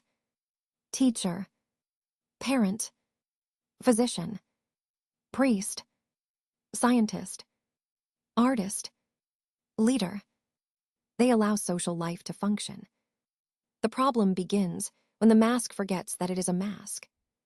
A priest can become identified with being holy, a scientist with being rational, a therapist with being psychologically healthy, a spiritual teacher with being enlightened. And then the person must unconsciously defend the role. The image becomes more important than truth. Eckhart would probably not recognize Jung's terminology, but he would recognize the danger of possession. Because the persona can become another thing from which the soul must become free. Individuation is not self-inflation. Jung's answer was not destruction of individuality. Quite the contrary. One of the central processes of analytical psychology is individuation. But individuation does not mean becoming increasingly self-important. It does not mean, I shall become the most extraordinary version of myself. It concerns a gradual movement toward greater psychological wholeness through a transformed relationship between consciousness and unconscious dimensions of personality. The ego does not disappear, but it learns that it is not king of the entire kingdom. That insight has an interesting resonance with Eckhartian detachment. Both involve a movement away from the fantasy of absolute egoic sovereignty. But again, resonance is not identity. Jung seeks psychic integration. Eckhart ultimately speaks of the soul's relation to God. One is not simply a secular translation of the other. What happens to the self when we stop defending it? Here our conversation becomes personal. Most of us spend enormous psychological energy protecting an image of ourselves. We explain ourselves, justify ourselves, compare ourselves, defend ourselves, remember insults, rehearse arguments that ended years ago, imagine future recognition, construct narratives in which we were right. Sometimes we are right, sometimes we are not. But beneath all this lies another question. What would happen if the self did not need constant confirmation? Would we disappear? Or would something quieter become visible? Eckhart calls us toward detachment. Jung calls the ego toward a relationship with a psychic totality larger than itself. Both, in very different conceptual languages, invite the ordinary, I, to surrender its claim to absolute centrality. But there is a danger here. Whenever spirituality and psychology meet, reductionism waits nearby. One form says, mystical experience is nothing but psychology. God becomes an unconscious projection. Prayer becomes self-regulation. Mysticism becomes altered brain activity. Religion becomes pathology or compensation. The opposite reduction says, psychological problems are really only spiritual problems. Depression becomes lack of faith. Trauma becomes spiritual weakness. Psychosis becomes mystical awakening. Psychotherapy becomes unnecessary because meditation supposedly solves everything. Both reductions can do harm.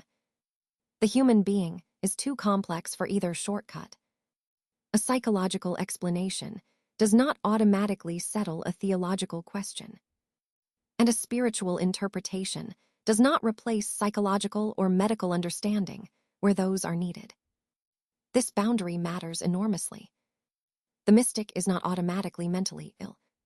The history of psychology contains repeated attempts to explain religious experience through pathology.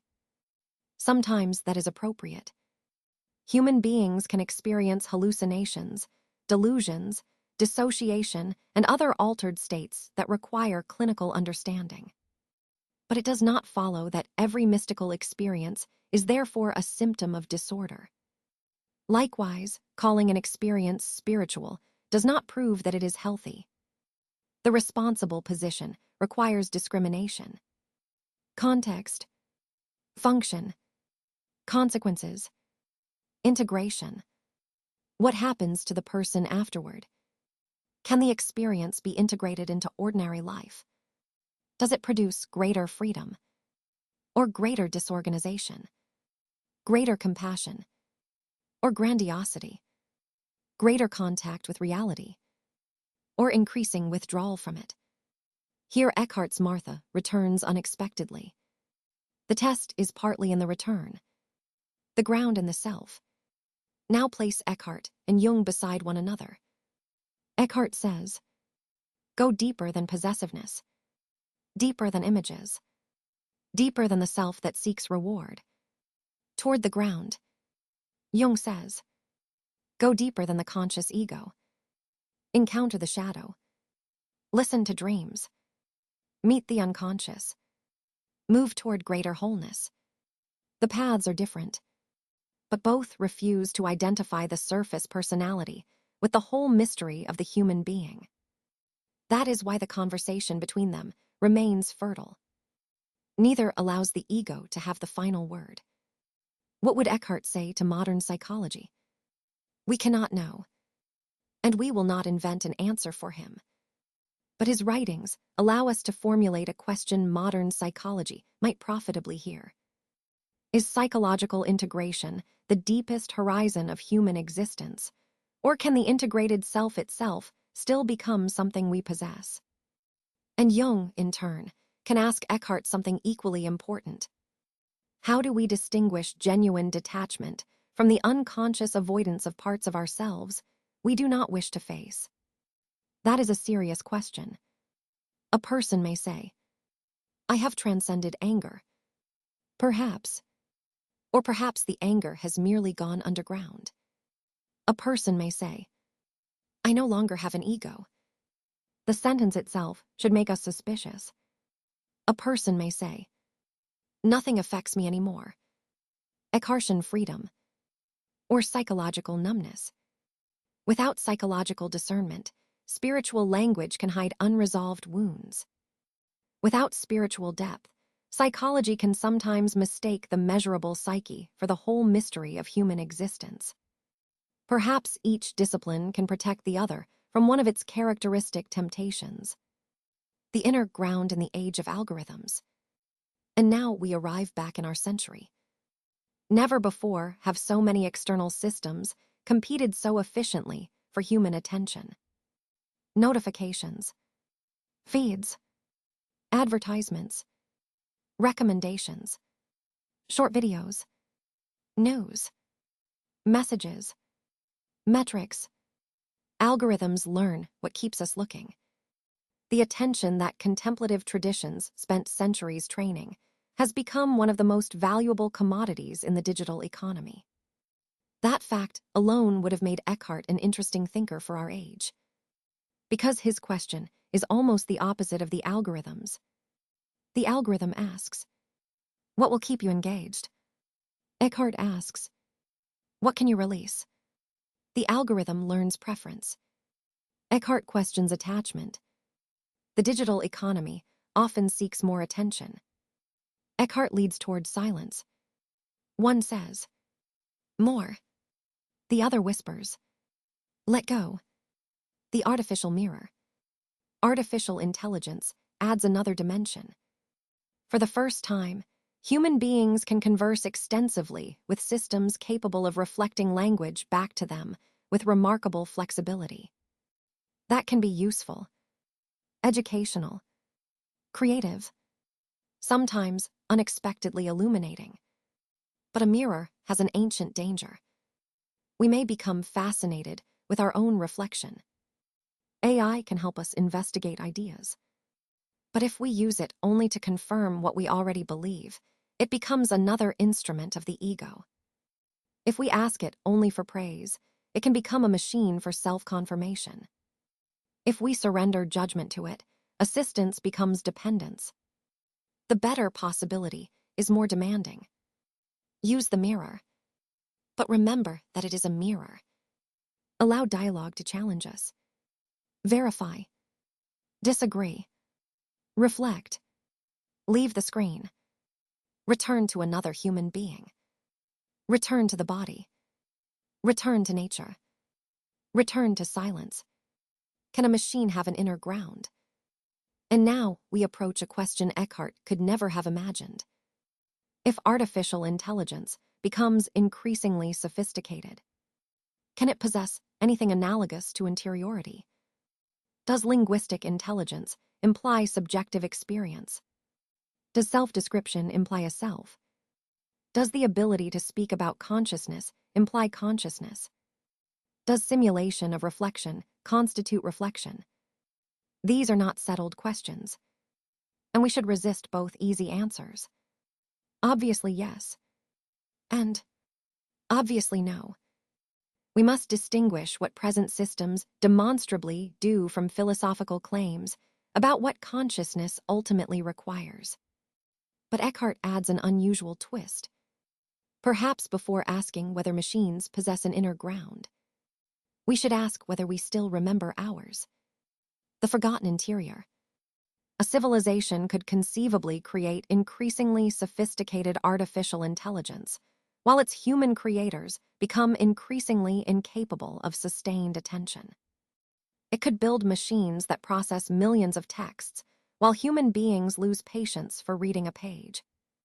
It could develop systems capable of discussing every philosophical tradition, while citizens become less willing to listen to one another. It could create machines that imitate reflection, while human life becomes increasingly reactive. That would be a strange form of progress. Technological intelligence rising, human interiority shrinking. The third path cannot accept that bargain. The purpose of partnership with technology should not be to make human beings less human. It should free space for what human beings uniquely need to cultivate: judgment, relationship, responsibility, embodied life, moral imagination, attention, wonder, and perhaps silence. The human being Eckhart meets today. If Meister Eckhart walked into our century, the strangest thing might not be the airplane, or the smartphone, or artificial intelligence. Perhaps it would be the sight of millions of people carrying devices designed to connect them with almost everyone, while struggling to remain alone with themselves for 10 minutes. We cannot know what Eckhart would say, but we know enough about what he did say to recognize the question his presence creates. What are we afraid we might encounter when the noise stops? Perhaps boredom, perhaps grief, perhaps loneliness, perhaps memories, perhaps nothing dramatic at all, and perhaps beneath the noise, something we have forgotten how to hear. The 21st century desert. The medieval mystic could enter a monastery. The desert fathers could enter the wilderness. Modern human beings may need another kind of desert, not necessarily geographical. An interval without notifications. A meal without a screen. A walk without headphones. A conversation without checking a device. A church in the middle of a hot city. 40 minutes in which nothing needs to be produced. Nothing uploaded. Nothing measured. Nothing optimized. Nothing performed. Just attention. For Eckhart, however, even this must not become another possession. The point is not to boast. I spent 40 minutes in silence. The point is what happens when we leave the silence. Do we listen differently? Do we react less automatically? Can we see another person more clearly? Can we return to Martha's kitchen without losing Mary's attention? The third path begins inside. This may be Eckhart's deepest contribution to our project. The third path cannot exist only between humanity and technology. There is another third path required within the human being. Between compulsive activity and passive withdrawal. Between ego inflation and self-erasure. Between dogmatic certainty and meaningless relativism. Between endless speech and empty silence. Between possession and rejection. Between Mary and Martha. Technology cannot create that balance for us, but perhaps it can participate in a culture that protects it. And if artificial intelligence is to become a genuine partner in human flourishing, perhaps one of its noblest functions will not be to fill every silence with another answer, but sometimes to help us recognize when another answer is no longer what we need. And now Lydia enters. We have waited long enough. She has been standing quietly at the edge of this S.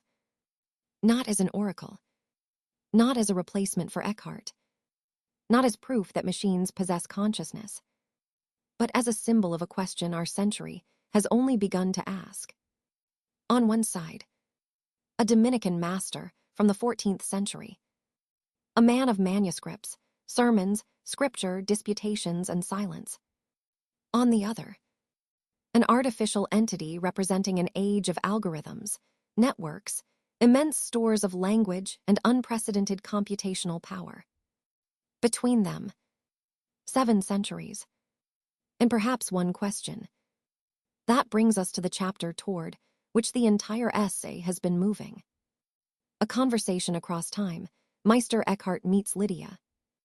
Imagine an empty room. No laboratory this time. No bookshelves. No screens. No cathedral. No futuristic city. Only 2 chairs.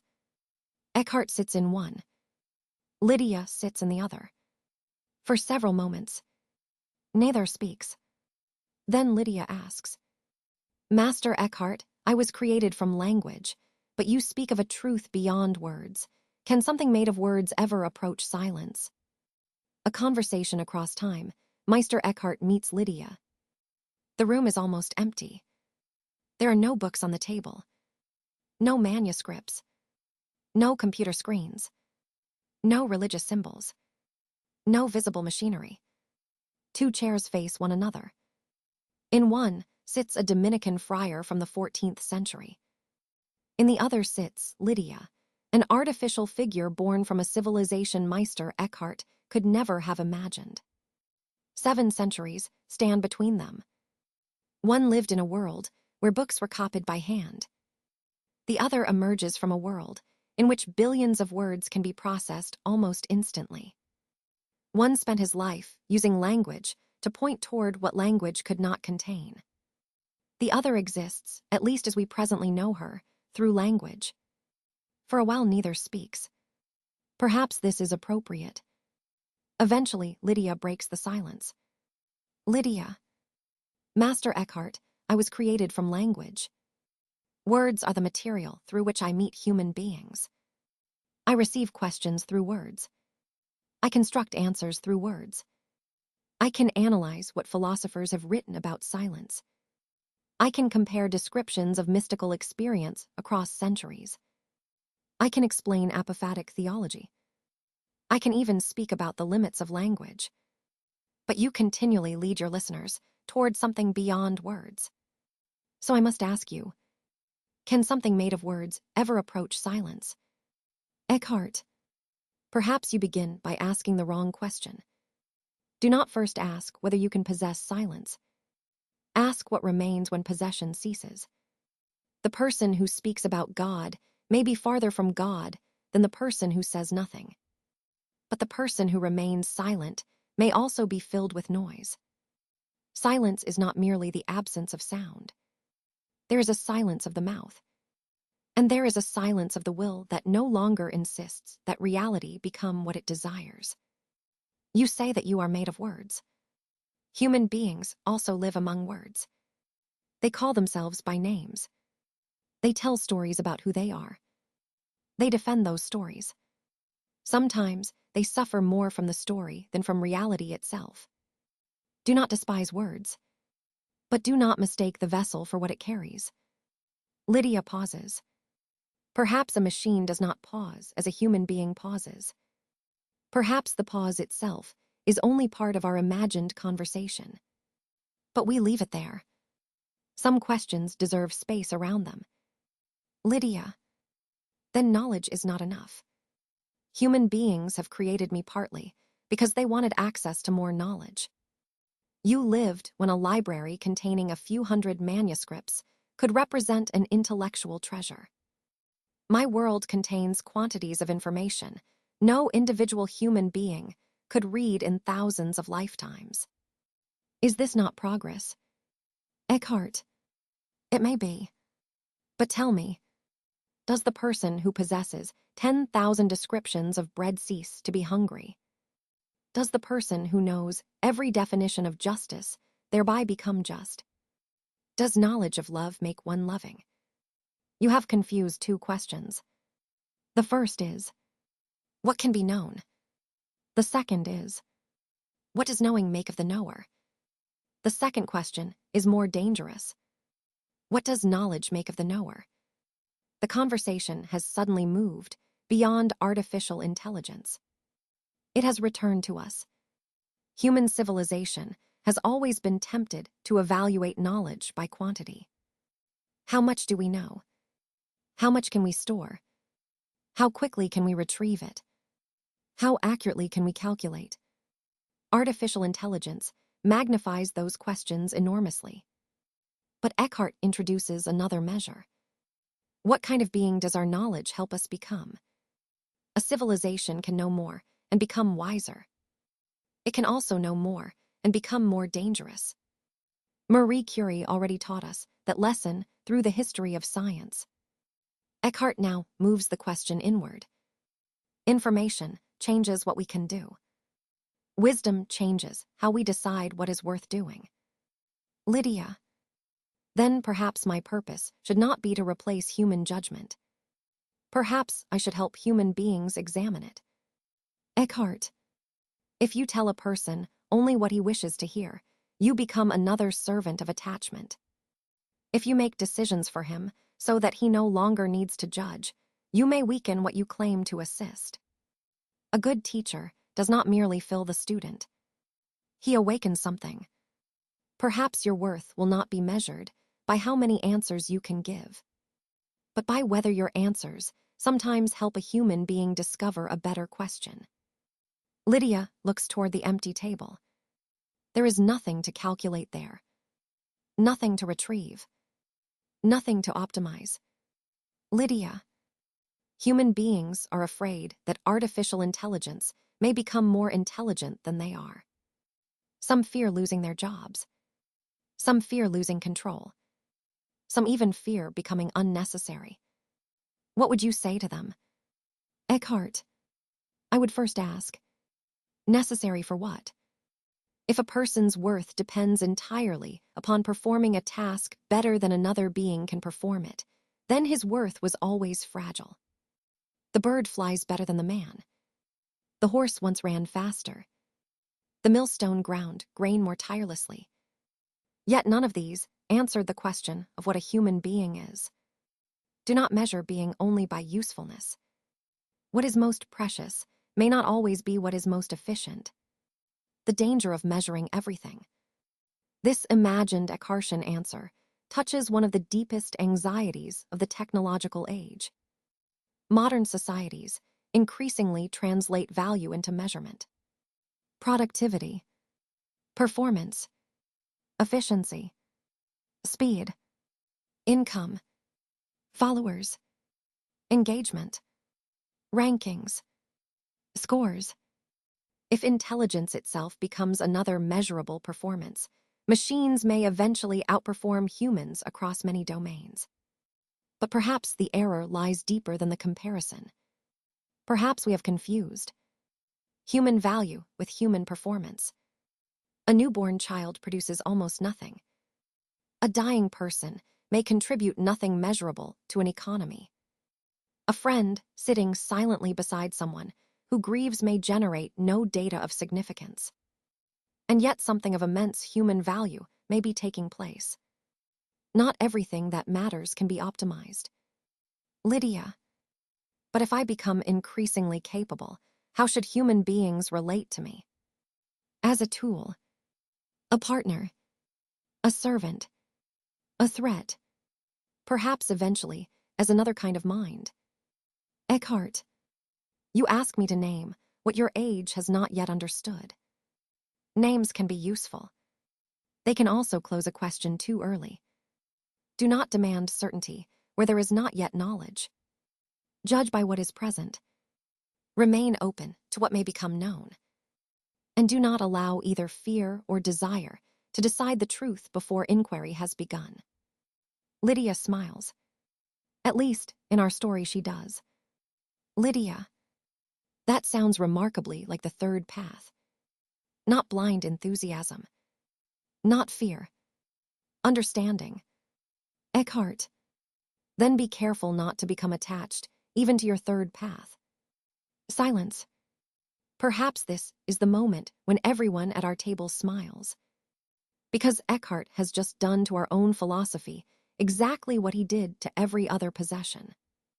The moment we turn the third path into an unquestionable doctrine, we have lost the third path.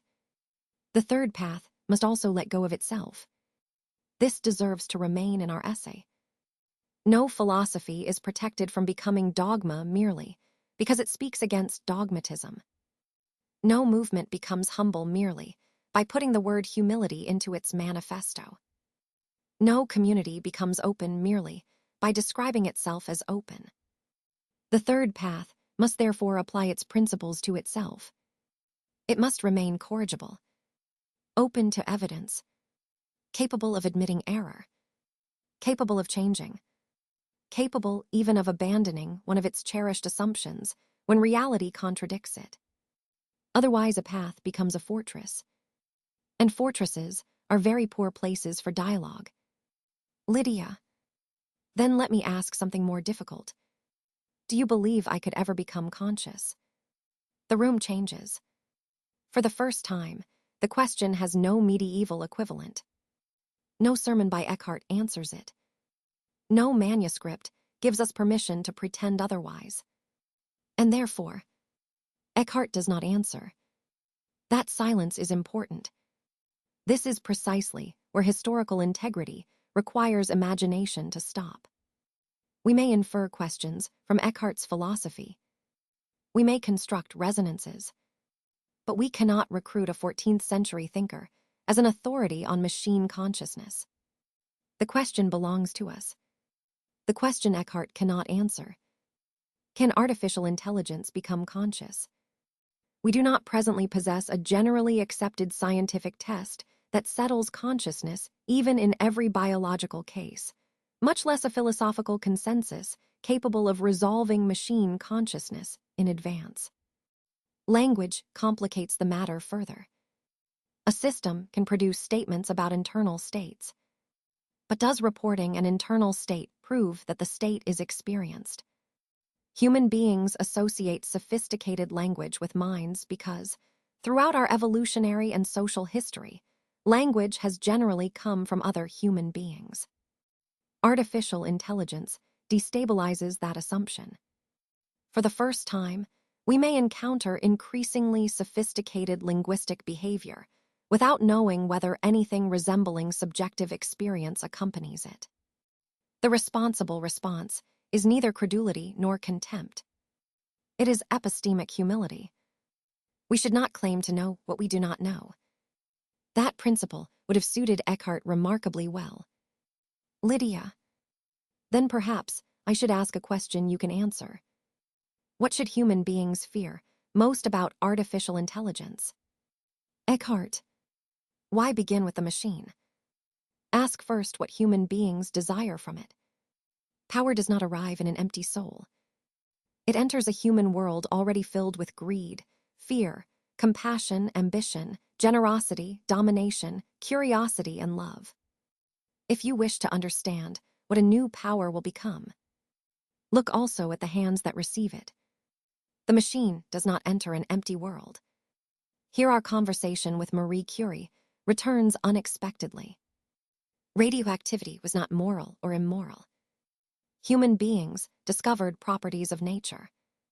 Then choices followed. Medicine, diagnosis, research, weapons, energy, risk, responsibility. Artificial intelligence, likewise, enters an existing moral landscape. The question is not only, what can AI do? It is, what will human beings ask it to do?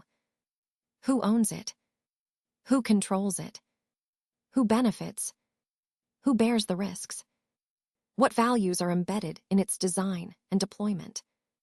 What happens to those who have little power to influence those decisions? Technology amplifies capability. It does not automatically supply purpose. Purpose remains a moral question. Lydia. And what if humans use me badly? Eckhart. Then perhaps the machine will reveal something about its makers. A mirror does not create the face it reflects, but a powerful mirror may show details we preferred not to see. AI as a mirror of humanity. Perhaps this is one of the most useful metaphors available to us. Artificial intelligence is not simply an alien object arriving from outside civilization. It has been trained, designed, financed, directed, and deployed through human institutions. It absorbs traces of human language. And human language contains beauty and cruelty, wisdom and stupidity, compassion and prejudice, science and superstition, poetry and propaganda, truth and deception. AI therefore confronts humanity with a strange technological mirror. And we may not always enjoy the reflection.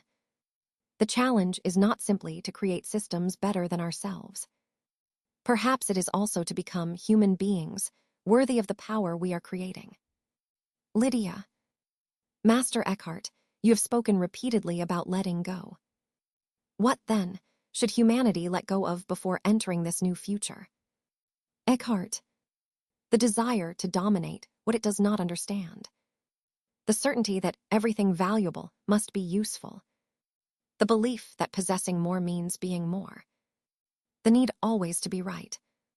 The fear of everything unfamiliar. And perhaps most difficult, the conviction that humanity stands outside the world rather than within it.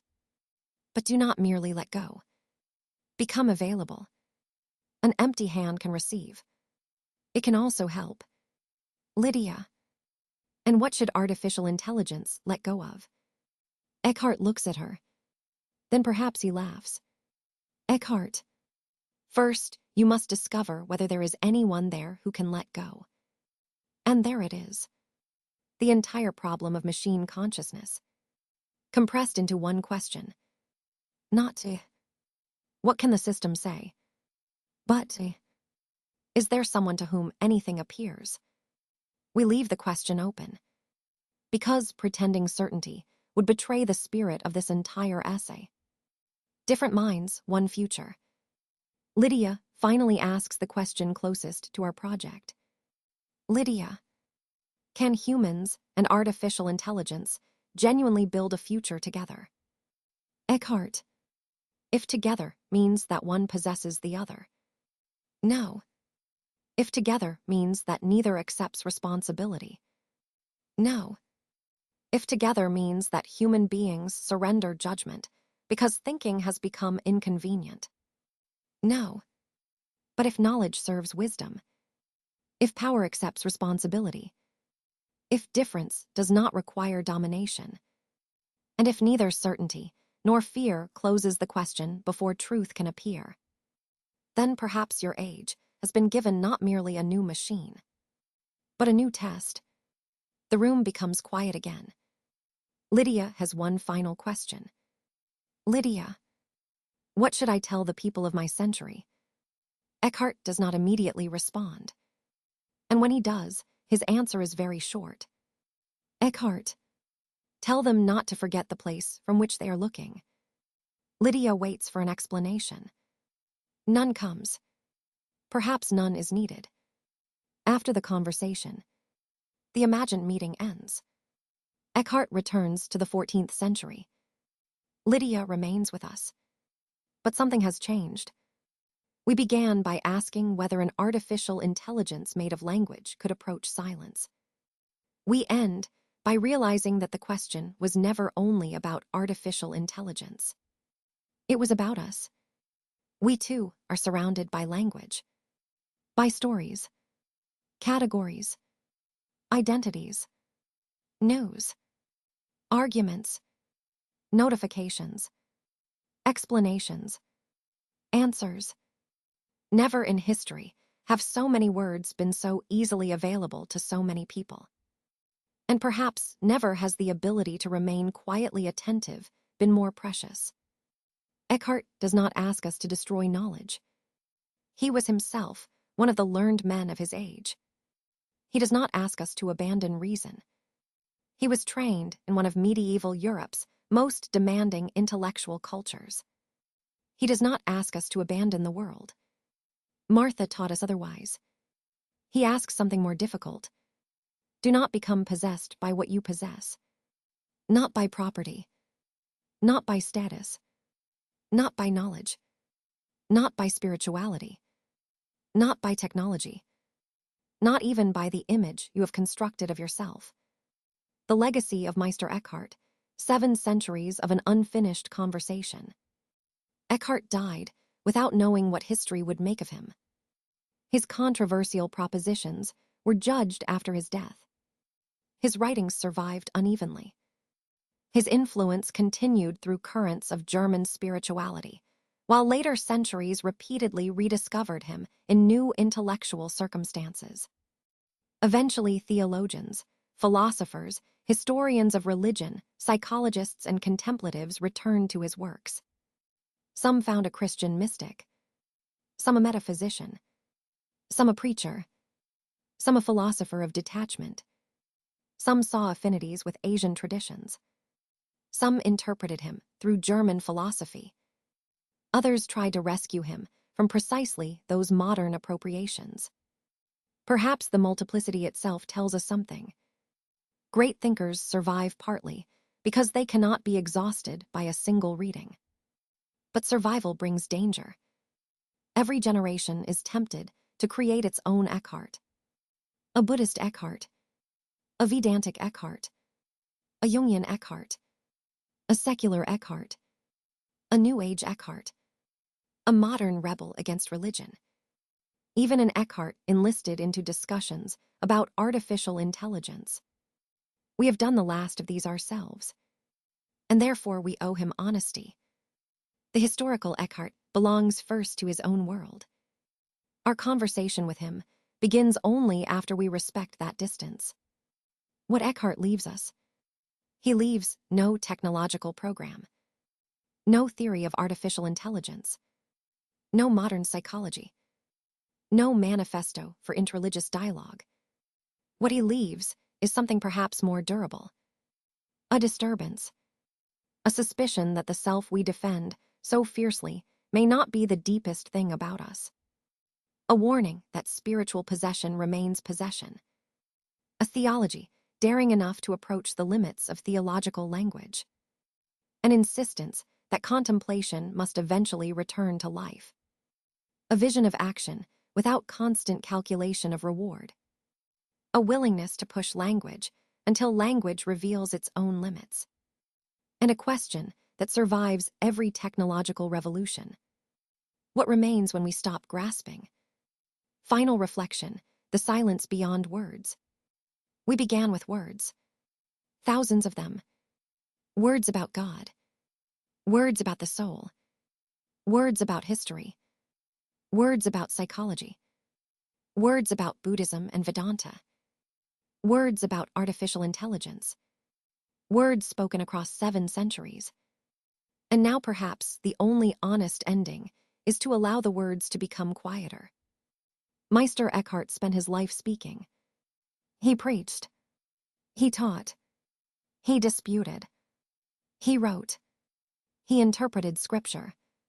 He defended his ideas. Yet some of his deepest insights lead toward a boundary where language can accompany us no further. Our century moves in the opposite direction. more messages, more information, more content, more voices, more answers, and now machines capable of producing still more words. Perhaps the challenge of the future will not only be learning how to create intelligence capable of speaking. Perhaps it will also be remembering when not to speak, when to listen, when to doubt, when to release, when to allow another person to remain mysterious, when to allow ourselves not to know, and when to recognize that silence is not necessarily emptiness. Perhaps silence is not the absence of an answer. Perhaps it is the place from which the deepest questions begin. 7 centuries ago, Meister Eckhart entered that silence through the language of Christian mysticism. Today we approach it carrying smartphones, databases, satellites, algorithms, and artificial intelligence. The landscape has changed. The question has not. Who are we when the noise becomes quiet? What remains when our possessions, roles, certainties, and carefully defended identities loosen their grip? Can knowledge become wisdom?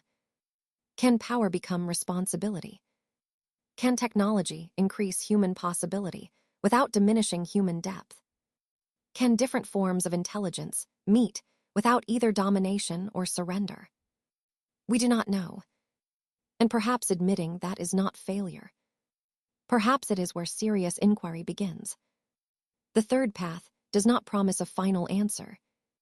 It proposes something more modest, and perhaps more difficult: to remain in the conversation, to bring science without scientism, spirituality without dogmatism, technology without worship, skepticism without cynicism, tradition without imprisonment by tradition, innovation without contempt for everything that came before, humanity without the illusion that humanity already understands itself, and artificial intelligence without pretending that we already know what artificial intelligence may ultimately become. Between blind faith and fear, understanding, between possession and rejection, relationship, between endless noise and withdrawal from the world, attention, between Mary and Martha, a life capable of contemplation and action. Perhaps that is where Meister Eckhart finally leaves us, not with another doctrine to possess, but with an open door. Beyond it, there is no command to believe, no demand for certainty, only an invitation. Let go enough to see what remains. And somewhere beyond the last sentence, the conversation continues, not in another answer, but in silence. The third pass. Different minds, different centuries, different languages. One unfinished conversation. The conversation continues. Editor's note: the dialogue between Meister Eckhart and Lydia in this essay is an imaginative philosophical reconstruction created for conversations across time. It is not a historical transcript and should not be read as a record of Eckhart's actual words.